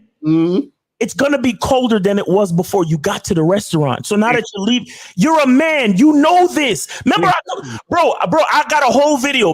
The last video that I put on the masculine identity membership, I talked about a man building a structure to protect his wife and family from the elements. Right, exactly. And we understand the elements. So it's not about simping. My man knows his wife and he knows the weather. Right. And the thing was, she was feeling how she was feeling in the moment. She's like, oh, I'm good now, but I'm looking at the entire fucking picture. That's how men operate. You see what I'm saying? That's how we operate, bro. This is what we talk about. Bro, so this is what we're trying to tell you. So remember, you're creating the situations that occur with you and the woman. So a lot of guys like to take credit for when the good shit happens. Guess what? You got to take credit for when the shit that goes crazy happen. You understand what I'm saying? That's what it means to be a leader. You got to take credit for all of that shit. I'm telling you. And guys, you see, the reason why this is so important is because when you create that type of quality as a man, when you create that type of consistency and quality, I'll be back. All right. When you create that type of consistency and quality as a man, what happens is your woman starts to understand your mind. She starts to understand your logical mind, and then she starts to understand you too. She starts to understand how you operate. And then you're going to find instances where your woman is going to start thinking ahead, and there's going to be things that she's going to be able to plan for, and she's going to be able to have your back as well. You see what I'm saying? But this is what I was talking about earlier when I was talking about the quality of man that you are creates and allows you to tap into the best out of the woman that you're dealing with. You see what I'm saying? That's why it's so fucking important, guys. That's exactly why it's so important. You create that level of consistency. You create that level of security and protection. And then what happens is it allows your woman to think critically about ways, because she sees that you're thinking about ways to make the relationship between you and her better and efficient. She's going to start to think that way too, but from a feminine perspective. And then you're going to start to see, oh, wow. Like now I see that you have that extra level of thoughtfulness, that extra level of admiration. You understand? Like when you carry yourself as a certain way as a man, it goes way beyond it goes way beyond just day-to-day bullshit, where it starts to get deeper on a spiritual level, where your woman shows characteristics and attributes that might even surprise you. Because like I told you before, I did a thing before, a short featuring Dr. Miles Monroe, when he talks about the fact that anything you give to a woman, she takes it and she multiplies it. Right. So when you have that certain level of quality in the relationship, and she notices, oh, my man is prepared, my man is on point, my man thinks about things before they even happen. She takes your lead, but she does it from a feminine perspective, and she enhances it. And so, because I was saying to them that what you'll start to see that your woman starts to have that insight. Exactly. And the woman will start to have that ability to see things before they happen, just like you. And then with the both of y'all on point, it's like nothing else. Like notice. I want to go back to your story, Lucario. Notice how the shit went down, and you didn't even have to check April. She literally checked herself. Right, that's what I'm saying. So she saw it already from that moment. She was like, "Oh shit, my bad." You know what I'm saying? Like she already saw what was going down. You see what I'm saying? This is what we try to tell y'all, bro. Like, it's really not about women. It's about you first. You create the quality first, and then the woman receives and enhances. Right. You got the right type of woman. Okay. Play the next video, because this is where it comes into the. All right. Yeah, I forgot we had that last video. Hold on. Let me share the screen. I almost forgot about that shit. To the argument shit. Yeah. Let me play that. Hold on. Let's share. Hold on. Let me share this real quick. All right, let me refresh. Yeah. So we can get to the beginning of it. And shit. Let me do the. I kind of recently in life had the few kind of girlfriend experiences that I never had because I always did rotations and I always dated randomly and slept around randomly. But when you spend more than a handful of days waking up in the same bed with the girl that you go to bed with, like it's almost like you're living together. Now I see what most guys are going through, and I would rather jump in front of a fucking train than do That's it. why you do the vetting process. That's why you Something don't happens that's that big. It becomes an argument for the rest of the evening. And when you're actually trying to be considerate towards the girl's feelings and trying to make it work, you're trying to bring her down from level 10 to level 0. And this goes on for hours. It's explosive. Then she calms down. You argue. And then once she finally drops the issue, you're so relieved that she's no longer mad, that you're laughing and holding hands, and then you're fucking making love, and you feel pathetic that you're so happy she finally calmed down. Then you fucked, everything's good. You lay your head on the pillow and realize, oh my God, we're gonna do this same shit again tomorrow. That's the wrong I bitch. would rather That is kill definitely myself. the wrong bitch. But how many dudes are living out relationships like that? I kind of That's it. That's some real. Shout out to my dude Savo.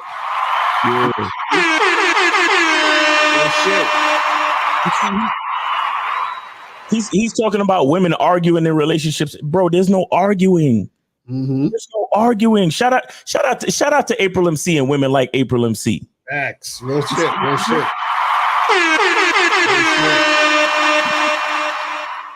Shout out to those women that understand the program, understand the process, that trust the process, and not just trust the process, but they trust the man that created the process. To the point where she knows that man so much that she checks herself before the man even open his mouth. She apologizes already because she knows the protocol, she knows the program, and she knows when she fucked up already. But that's why structure is so important. Exactly. And that's why you shouldn't have to argue with your woman. If you guys, anybody under the sound of my voice, if you are arguing with your woman every day, even if you're arguing with your woman any at all, you understand? If you're arguing with your woman on a consistent basis, whether it's like once a week, once a month, whatever it is, right? You have to reconsider that relationship. Exactly. Or there's some type of structure or culture that you have not established in your relationship as a man. Your leadership is lacking. You want to consider ending that relationship and starting fresh with another woman, bro. Truthfully, you may, if you're not on the Bad Boy membership, you may want to consider charging that relationship to the game, joining the Bad Boy membership, and then starting a new relationship. Fact.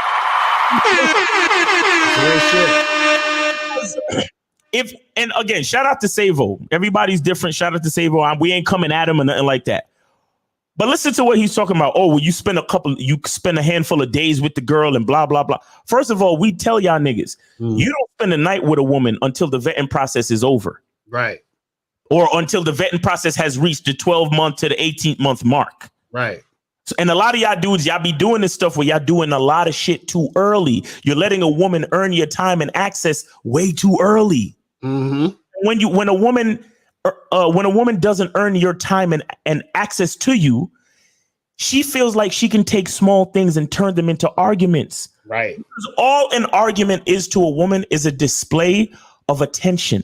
And what do we know all women want? Attention. But what fucks it up is when the woman says she doesn't care how she gets your attention. Exactly. That's the disrespect. When a woman is arguing with you, she really just wants your attention. But what she's saying is, I will manipulate you to take your attention. Why? Because I don't care how I get your attention, because you are not important to me. Exactly. What's important is your attention. So I don't care if it's dysfunctional attention. I don't care if we're arguing. I don't care if we're fighting. I just want your fucking attention, and I will manipulate you in order to get it because I don't care and I don't respect you. Exactly. That's what an argument is. So when women, like he said, when women take something very minuscule and turn it into a big fucking argument, that is them showing you dysfunctional disrespect. You understand? They're letting you know, I'm taking your attention and I don't care how I get it. Right, exactly.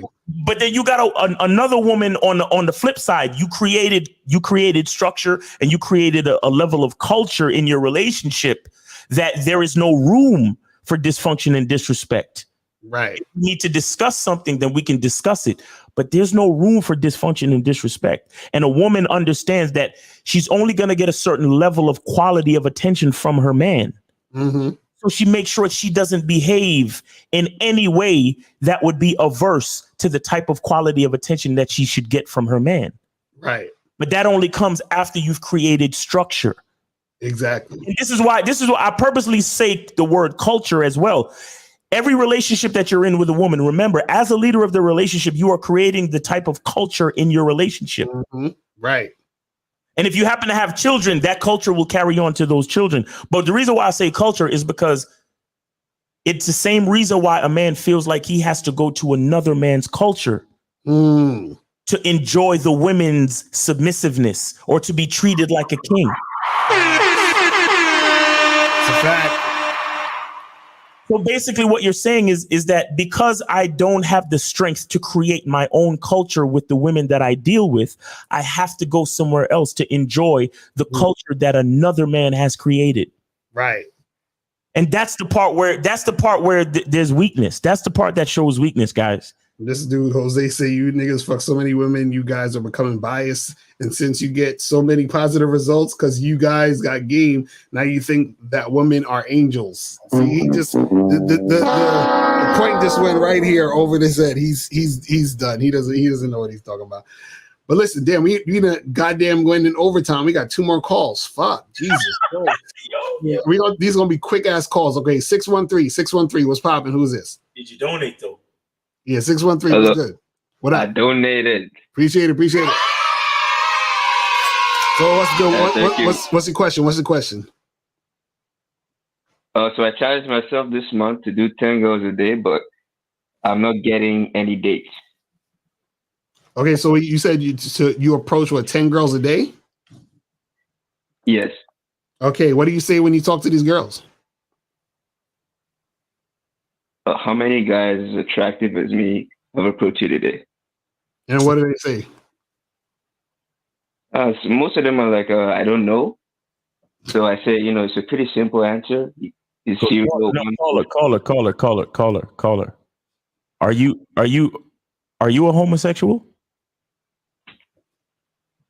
No. Okay, and I don't mean to be disrespectful asking you that question, but why are you asking women about other men? Is other men on your mind? No. Oh, so because when you're alone with that woman, is there going to be another man in the room watching you guys? No. So why would you ask her about the other men approaching her today? Oh, because a lot of guys approach women. But why do you care about all those other guys unless you're gay? I don't care. Okay, well, if you truly don't care, figure out a better approach that keeps the conversation between you and that woman. You need her to focus on you, not all the other guys that are approaching her, sir. You understand that? What's funny is he said he starts getting into an argument with this woman. You said after you say that, she says what? Some of them are like, I don't know.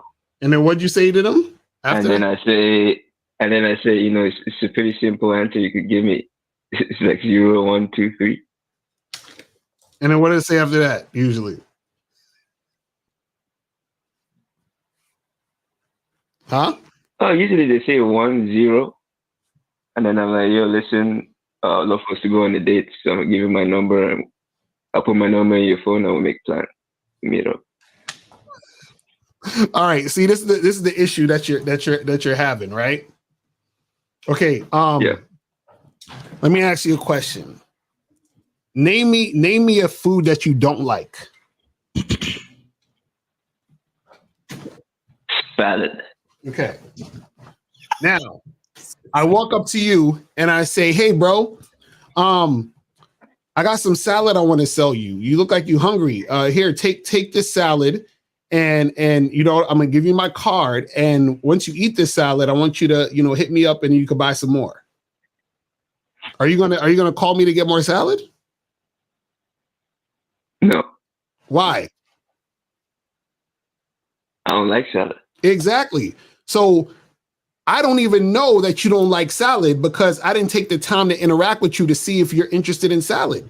So you're not taking the time to interact with the women to see if they're interested in you. You're just like, hey, what's up? You know, is any other guys try to holler at you today? And they're like, I don't know. And you're like, well, take my number, hit me up. How do you don't even know if there's any like attraction, any type of vibe there or nothing. You see what I'm saying? Yeah. So how can I create that? Well, you got to learn how to talk to women. This is why we tell you, get on a Bad Boy membership. We got a whole bunch of programs that teach you how to flirt with girls, how to build sexual tension. You understand what I'm saying? How to close the deal, all that shit. Are you on the Bad Boy membership, sir? Yes. You are? How many months you been on it? This month. Okay, so he just started. Okay, good. Well, this how many have you watched the Game Kings documentary? No. Okay, how many programs have you watched or listened to? I would say 3. 3. There are over 100 programs on the Bad Boy membership. You've only listened to 3.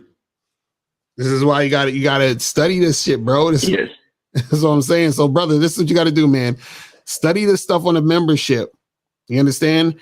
And then apply that to your actual game so that you can make shit happen. Because the thing is this, man, you got to learn how to interact with women in order to create a situation so that you can see if a girl is interested in you or not. So you don't waste your time with women who aren't interested. Because guess what? You know, you can approach a girl, talk to her, and then say, hey, have a nice day, because you see that she's not actually interested. So you don't waste time giving your number out and then wondering why all these girls not calling you. Right. Versus you see a girl, you talk to her, and let's say you talk to 10 girls, maybe 1 or 2 of them are interested in you and they're showing interest. Those 2 you exchange numbers with instead of exchanging numbers with all of the fucking women in there. You see what I'm saying? So that's the type of thing you got to get to. You got to know how to read women. You got to know how to flirt. You got to know how to build sexual tension. You got to know how to close the deal. You got to know even when a chick isn't interested. You got to be able to read those signs. That's what we talk about. It's all in the Bad Boy membership, brother. All right? All right. Thank you. All right, man. If you need some coaching, hit us up, man. All right, last call. 240, then we out of here. 240 is popping. Man, what's up, man? Oh, God, it's 50. 2 hours. Exactly. You need to wrap this up in 120 seconds. Go ahead. 2 minutes. Okay, great. So check it out. First of all, these modern Western men are bitches, okay? That's the first thing. Yeah. Second thing is this, man. I had a client on the table, young girl. She was on the table. I was working with her, and her phone kept buzzing. So she said, "Pass me my phone, please." She got on the phone. She argued with this nigga for like 30 seconds. I could hear him yelling on the phone. She said, "You know what? Fuck you. Just lose my number." Hung up the phone, threw it back in the chair. Her body was tight. Her muscles were tight. She wasn't soft. I had to soften her up again. Wow. She was under her breath under her breath, she said, "I get with this nigga one time, and this nigga act like the well is fucking open. I don't believe this shit." I was like, "Oh shit!" Like I wasn't even there. So this shit is happening. Young girl, bitches out here, young women, they know it, and this is what's happening. And she said, "This is." I used that word fluffy. She said, "This fluffy motherfucker." That's what she said. The new word is fluffy. And I mean, she said she got with him one time, and this nigga think that she said fuck that, and just threw the phone back in the chair. I was like, oh shit. Wait, and you said her phone was buzzing? Yeah, because the dude kept calling. See, that's what happens. That's what happens. And then and another one more thing is that I fly out of town sometime. People fly me out to do events, massage and stuff. And I'm going to tell you, when I come to these towns, and I don't know, I had to look at it. I had to listen to y'all, and I listened at it for a long time. I said, you know what? These niggas act funny when I come to town. Why? All these niggas, the men. Come to find out, yeah, I'm massaging they women, and they gotta pay me. Right. That money is going to, yeah. So I come down, they all in the bar because women are like waiting on me. Right. I was like, shit, and niggas will act fun. Even in that, I just noticed it was just a little bit, they wave, hey, what's up, man? But deep inside, I could feel that. Yeah, I was like, yeah, okay, well, give me my money and just growl on over there. So, all right, brother. I appreciate you, bro. That's what's up. All right, people, that is it, man. We went overtime on this motherfucker. We ain't trying to be like these niggas on YouTube with 10-hour live streams and shit. You know what I'm saying? And shout out to Steve the Dean because the Cowboys beat the Giants. Oh, that's what's up.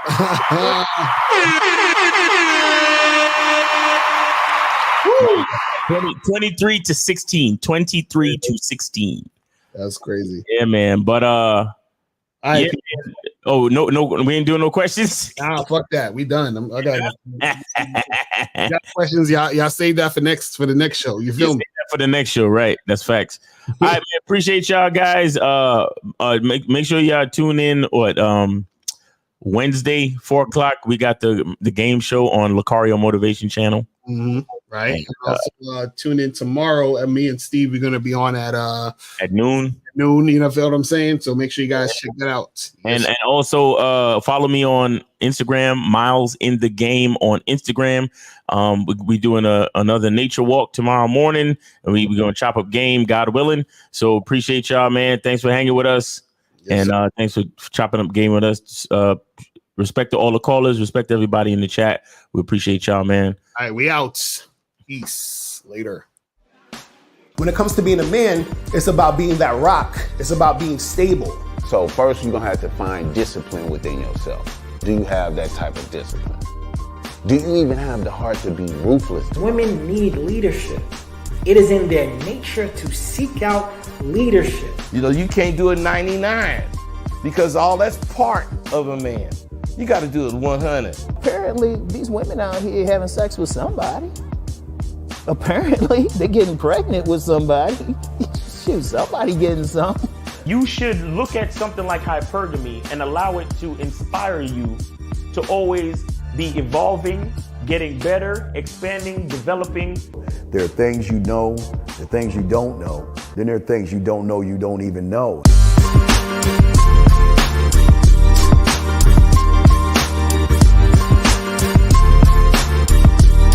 There can be 10 of us in one room, and there's one question, and there's 10 correct answers, all different.